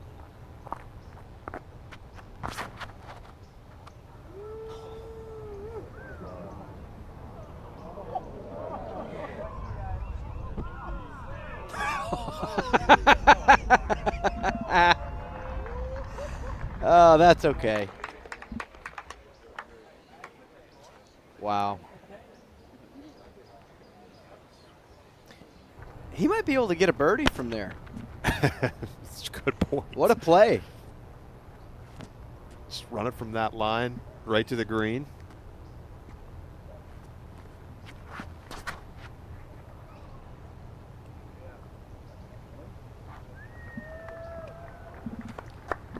That's a nice traditional line from Joey.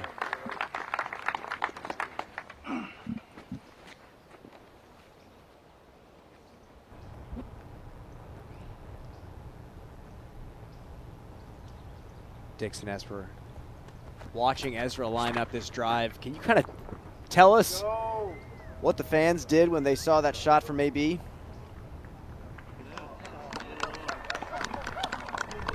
They started having a discussion about whether or not they were watching reality or if this was some sort of AI-generated throw.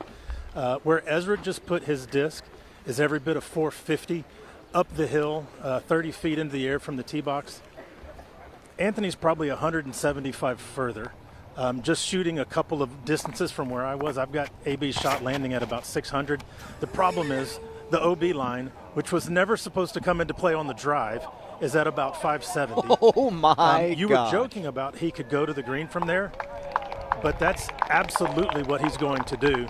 He's probably only got about 400 into the green, and it's wide open. So, I mean, yeah, birdie's still in play for AB on this hole. Incredible. Beth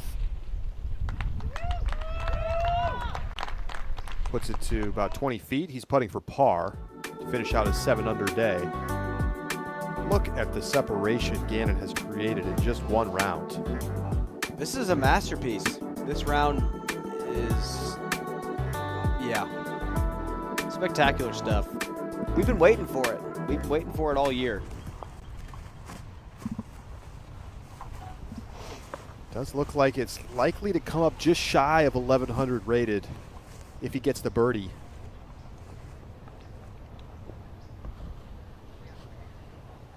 Could have a spectacular lead card tomorrow. Right now, it would be Ganon, Kyle Klein, Paul McBeth, and Ricky Wysocki.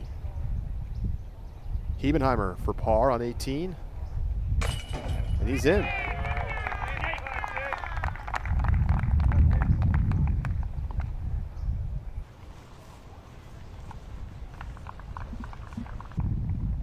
McBeth to close it out at 7 down. And he's in.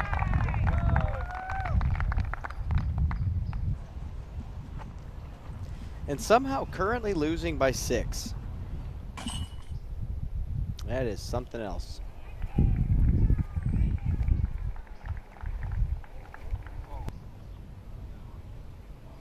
Anderson needs that to get back, and it does just get across.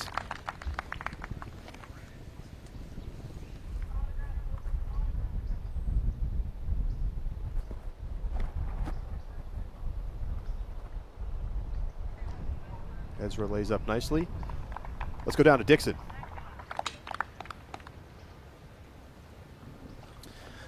Yeah, another fan comment based on these absurd shots that we're seeing. A guy standing there where AB's disc was said he could go OB twice on this hole and still get a 5. And his friend said, "You go OB twice on this hole all the time." And he said, "Shut your face." Dixon, you got to keep these coming. But that's what's special about coming to a course that is locally loved and not Yes. just built for the tournament. You get context from the fans that play here all the time. It's a different level of appreciation when you watch pros completely break down a hole that you couldn't even imagine the way that they play it. Last year at the Tour Championship at Nevin, very locally loved course here in Charlotte. Watching some of those guys throw those wooded fairways just melted the brains of some of the locals who never touched the long pads for that reason. So here we go. Barella lining it up from the OB line, throwing his third. Birdie in play. Well, Dixon has him marked out at 415. This is right in his wheelhouse. Little headwind, it looks like.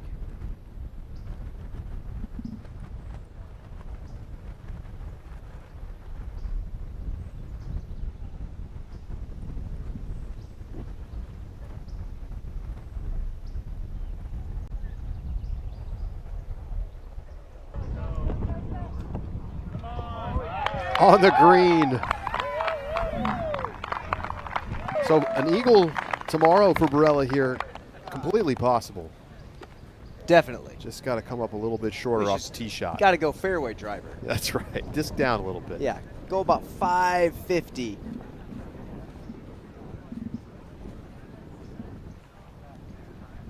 Wow.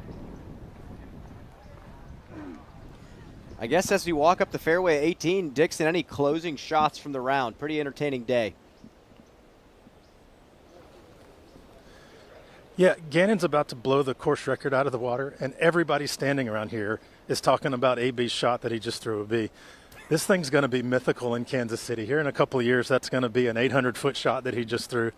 But, I mean, they are blown away by that shot. Guys are taking pictures where his disc landed.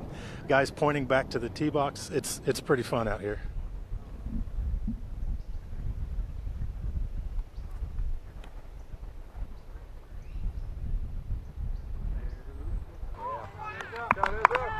Ezra taking the traditional route to the green.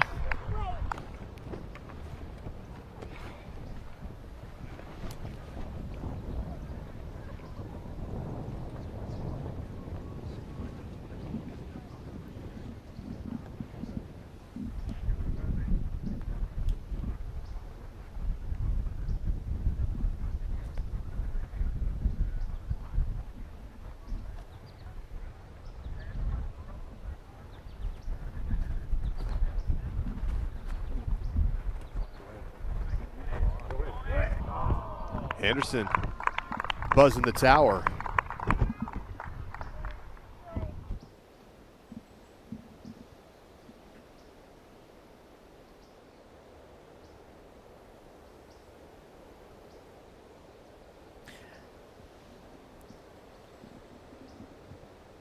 Ganon Burr trying to close out with another birdie to get to 14 under and break the course record by 2 strokes. Give himself a 6-shot lead going into the weekend.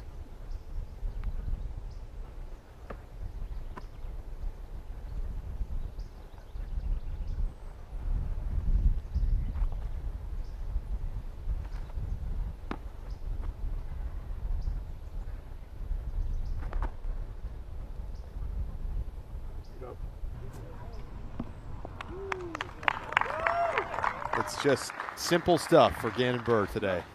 I stand by my comment that many phones will be thrown into the ground after looking at scores. This is ridiculous. That's the difference. M2 versus MPO.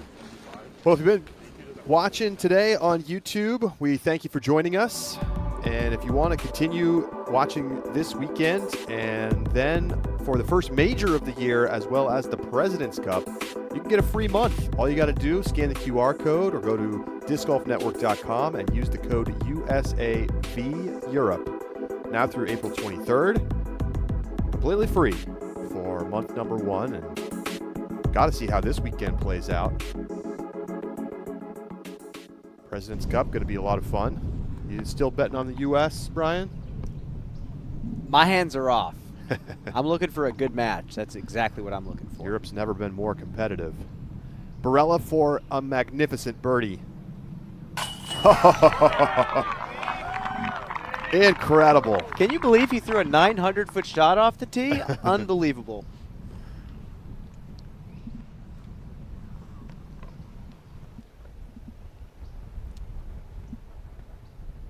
Ezra Robinson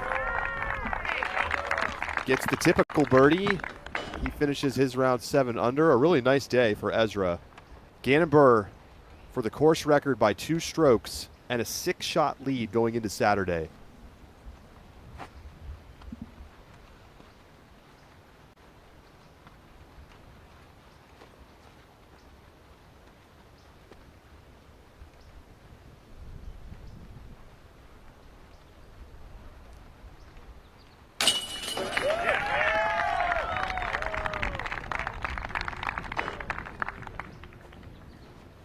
A remarkable round 1 performance, one of the best rounds we've seen all season.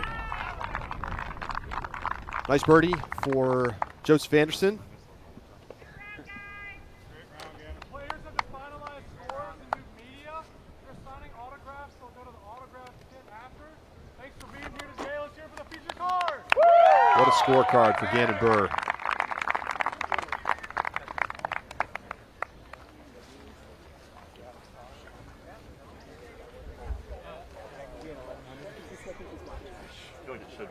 Six straight birdies to open, 4 straight birdies to close. It'll be close. I feel like it's going to probably get one right over it. They're talking about what this round's going to get rated. We'll find out soon enough. Kyle Klein's 8 under is a 1061.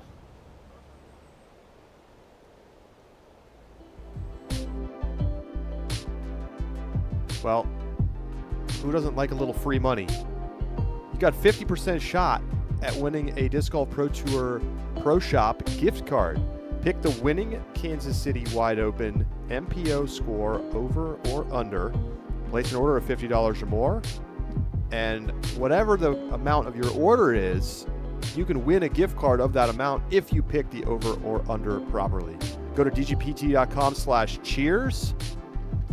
The offer closes Sunday, April 20th at the MPO lead card tee-off.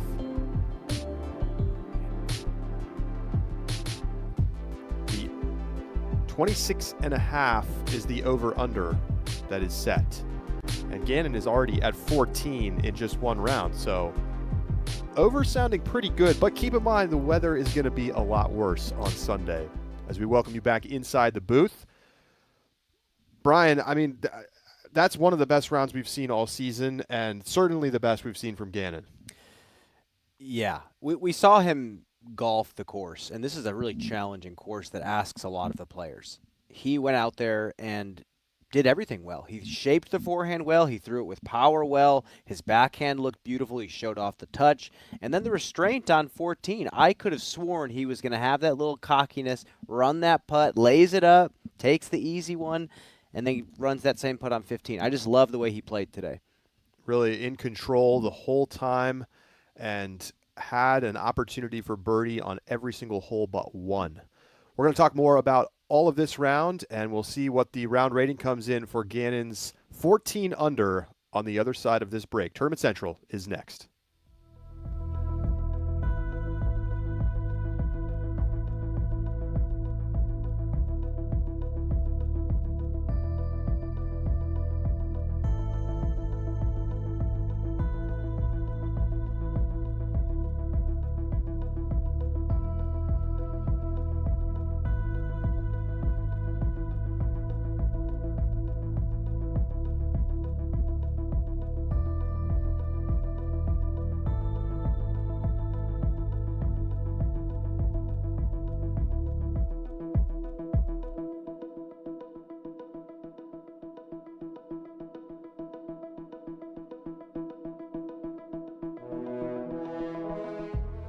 Ben's a pro who spent $25 on his premium driver and threw it 413 feet, which means he spent about 6 cents per foot for his shot. Matt's a total noob, but he only spent $5 for his premium driver on discountdiscgolf.com. He throws his 213 feet, which means Matt only spent 3 cents per foot for his shot, making him the clear winner in this distance battle.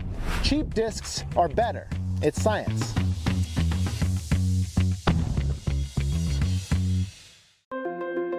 EDGE is a nationally recognized 501c3 charitable organization. What we do is we empower the teachers with complete programming along with the equipment and a standardized curriculum. So you have a one-stop shop for teachers and youth educators. That's really what EDGE is. It makes everything simple for the teacher to get involved with disc golf. If we want disc golf to be recognized, we need to introduce disc golf to the youth. And if nothing else, they've got a healthy game that they can enjoy with their families throughout the rest of their lives.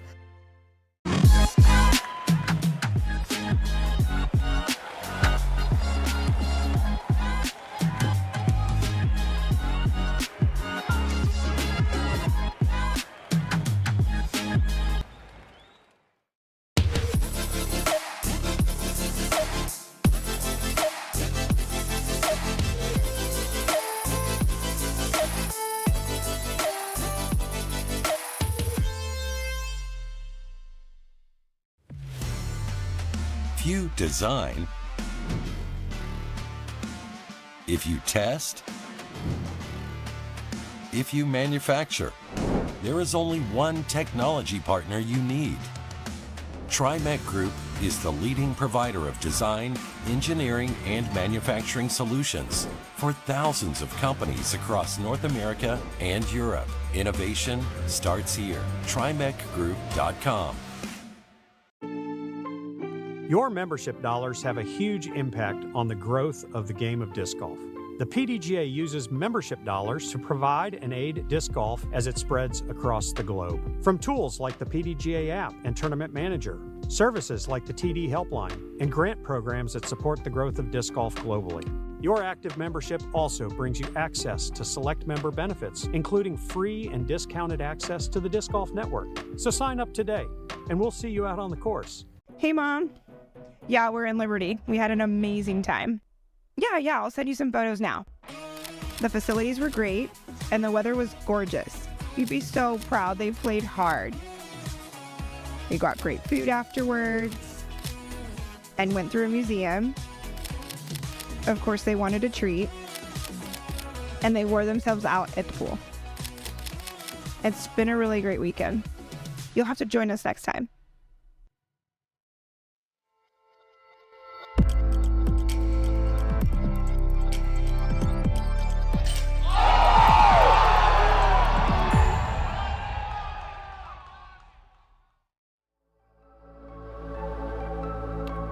$14 under course record for Ganon Burr. He beats Joey Bucket's course record from 2023 by a pair of strokes.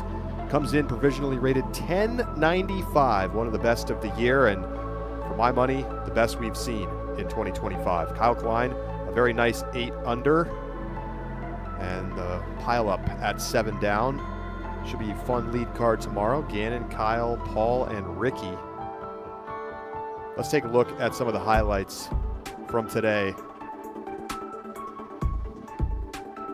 Yeah, let's just look at all the different challenges that this course asks of you. This is just a beautiful forced flex line on 11. It's kind of like AB and Ganon designed this hole for their bread and butter shot. Perfect birdie there, and showing off some touch from the standstill on 12. We're only picking up the highlights in the back 9. Remember, Ganon got 7 birdies in the front. It's just he's been so good. There's too many highlights to show. Runs the putt on 15 after a solid ace run for sure with the forehand.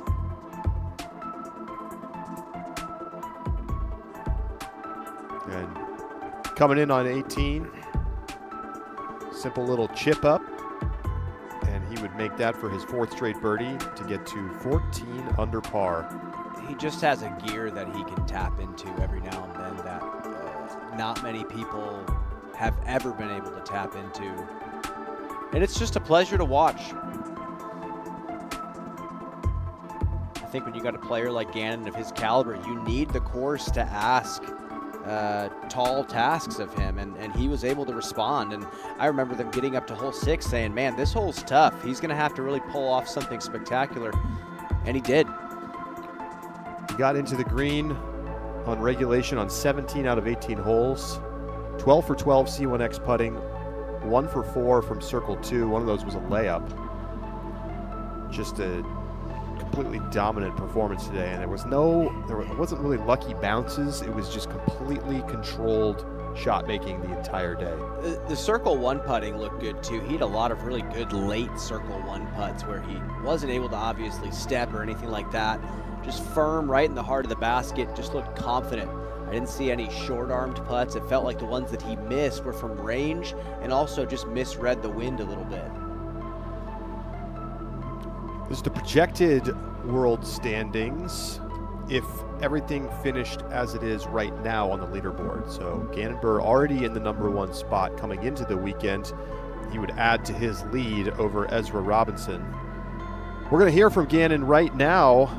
Dixon Jowers is with him on the 18th green. Dixon?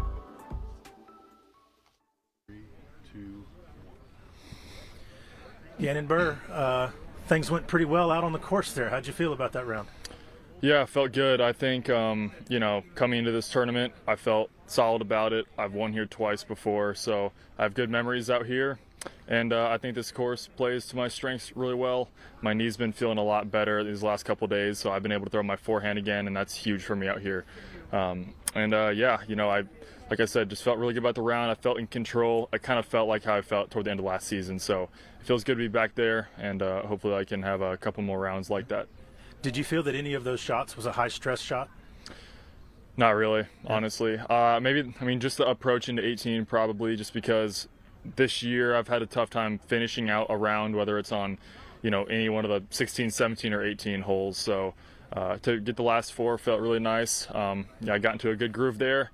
And, disc golf is interesting like that. It kind of feels like once you're in that groove, it's hard to miss. So felt solid today. And the biggest thing was I was putting my drives pretty close and making my circle's edge putts. You seemed like you took a couple extra waggles there on 18. Was that putt talking to you? Yeah, it's just one of those things I can envision myself like doinking it or something. Mm-hmm. So I just want to make sure I was focused. The wind picked up a little bit. It wasn't too windy for the majority of the day, but it kind of picked up toward the end and definitely affected some of maybe the decisions I made.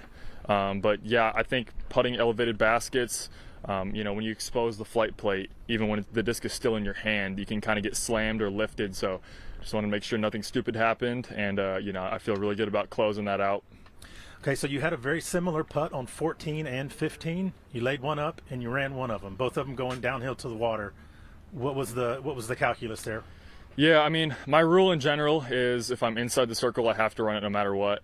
I was 10 down through 13 at that point on 14, so It was probably about 45, almost even pushing 50. Now, the basket did look pretty big to me just because I'd been playing so good the whole day and I had some confidence. But I had some tail right to left, which you really don't know what happens. If you release that putt kind of flat, it typically slams. And if it, I was on a hyzer release, it can just sail over the basket. So there was a couple times today, I think I missed 3 circle twos today. And every time I just really couldn't get an accurate wind read, and I had a lot of putts I actually thought I threw pretty good and they didn't even get above the cage. So I just didn't want something stupid to happen like that. It's well, it's playing good, but you don't want to go too risky. And so I felt like I could probably at least get 2 of the last 4 to shoot a 12, and luckily got the last 4, so feels awesome. Do you have a number in your mind for tomorrow, or do you think you can go do 14 again? I can do 14 again, but I don't think that's realistic, honestly. So I think I'm probably going to be going for anything better than an 8 under par. The goal here is just to maintain the lead now that I have it, and especially with the next couple days not looking great with the weather.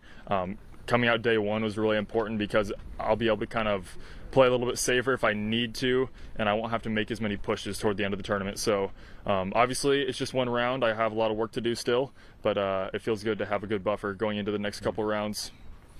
Well, yeah, they're having a tough time coming to the interview because they're showing all of your highlights, and that package is taking a long time because you just absolutely slayed. So congratulations, and hopefully you can do the same thing again tomorrow. Yeah, that was from my grandpa in Iowa.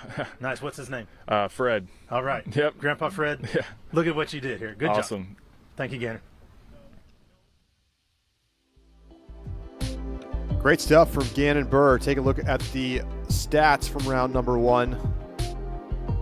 It really doesn't get much better. I mean, make 1 more circle 2 putt, and it's hard to even find a fault anywhere. Yeah, there was almost none. 7 maybe was the big one where he just didn't get the disc to flip. Same mistake we saw Paul make, but yeah, it was like he was at the bowling alley just rolling strikes over and over again.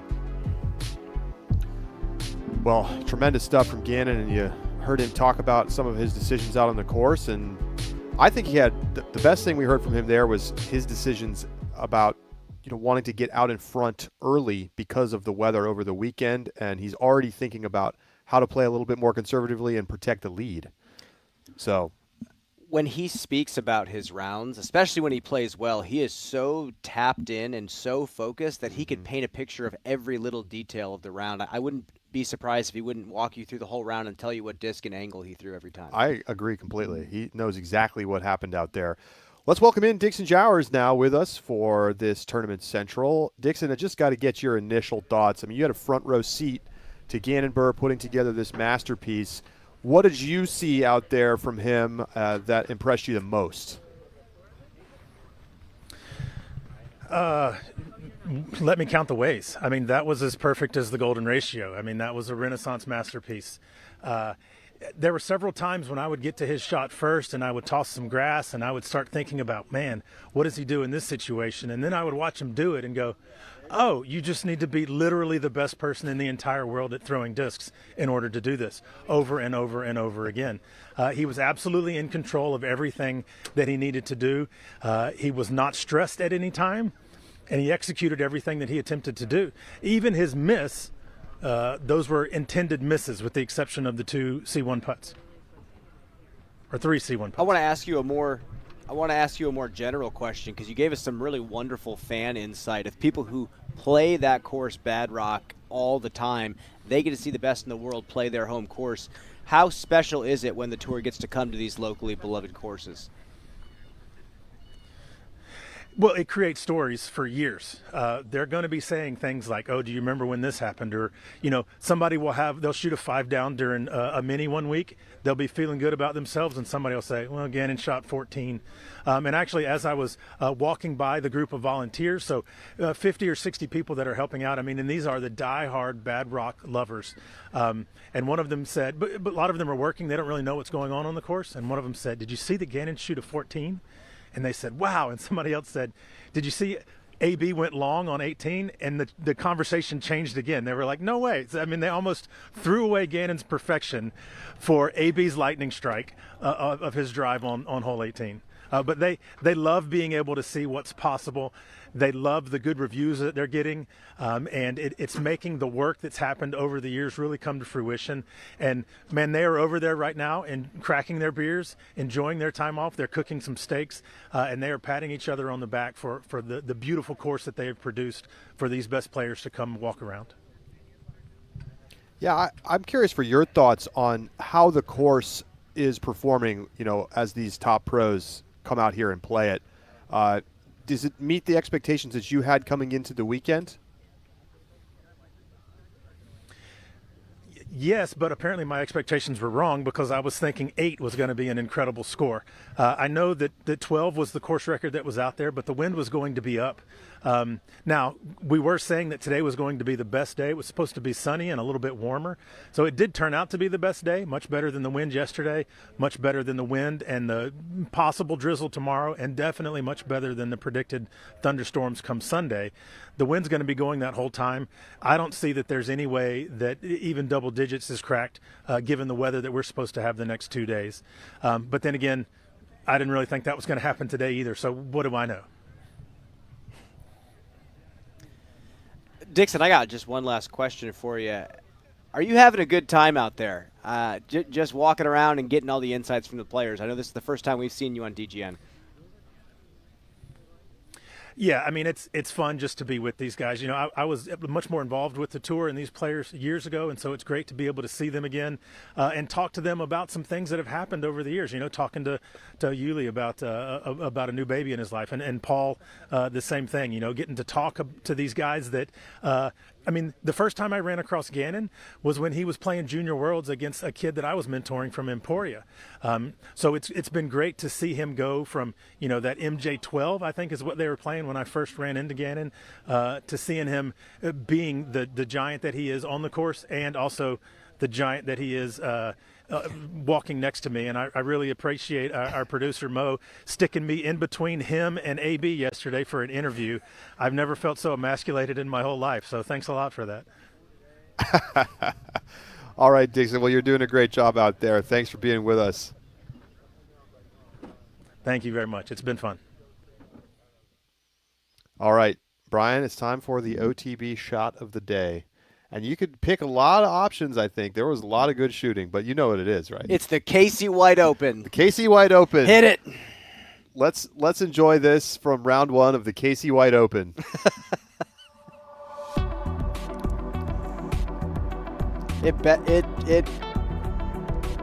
No! Okay. You were so ready. I was afraid it was going to be AB's shot because of how early in the broadcast this was. But yeah, what a way to start the day for Casey White. 251-foot eagle on the first. And just pure dead center chains. Incredible moment. Casey White goes on to shoot a 4 under on the day. And that kicked us off, and Ganon Burr kept it rolling. A 14 under course record, 1095 rated. Sets the mark. He's got a 6-shot lead. Coverage of round 2 begins tomorrow morning for FPO, 9 a.m. Central Time, 10 a.m. Eastern. Things will get started. Holland Handley has a 3-shot lead over Owen Scoggins and Ella Hansen. And we'll see if Ganon can hold on to this lead and get his first win of the season. Tomorrow's moving day right here at the Kansas City Wide Open. For Brian Earhart and Dixon Jowers, I'm Charlie Eisenhood, signing off from round 1 action here in Kansas City. Ganon Burr with a performance to remember. We'll see you tomorrow.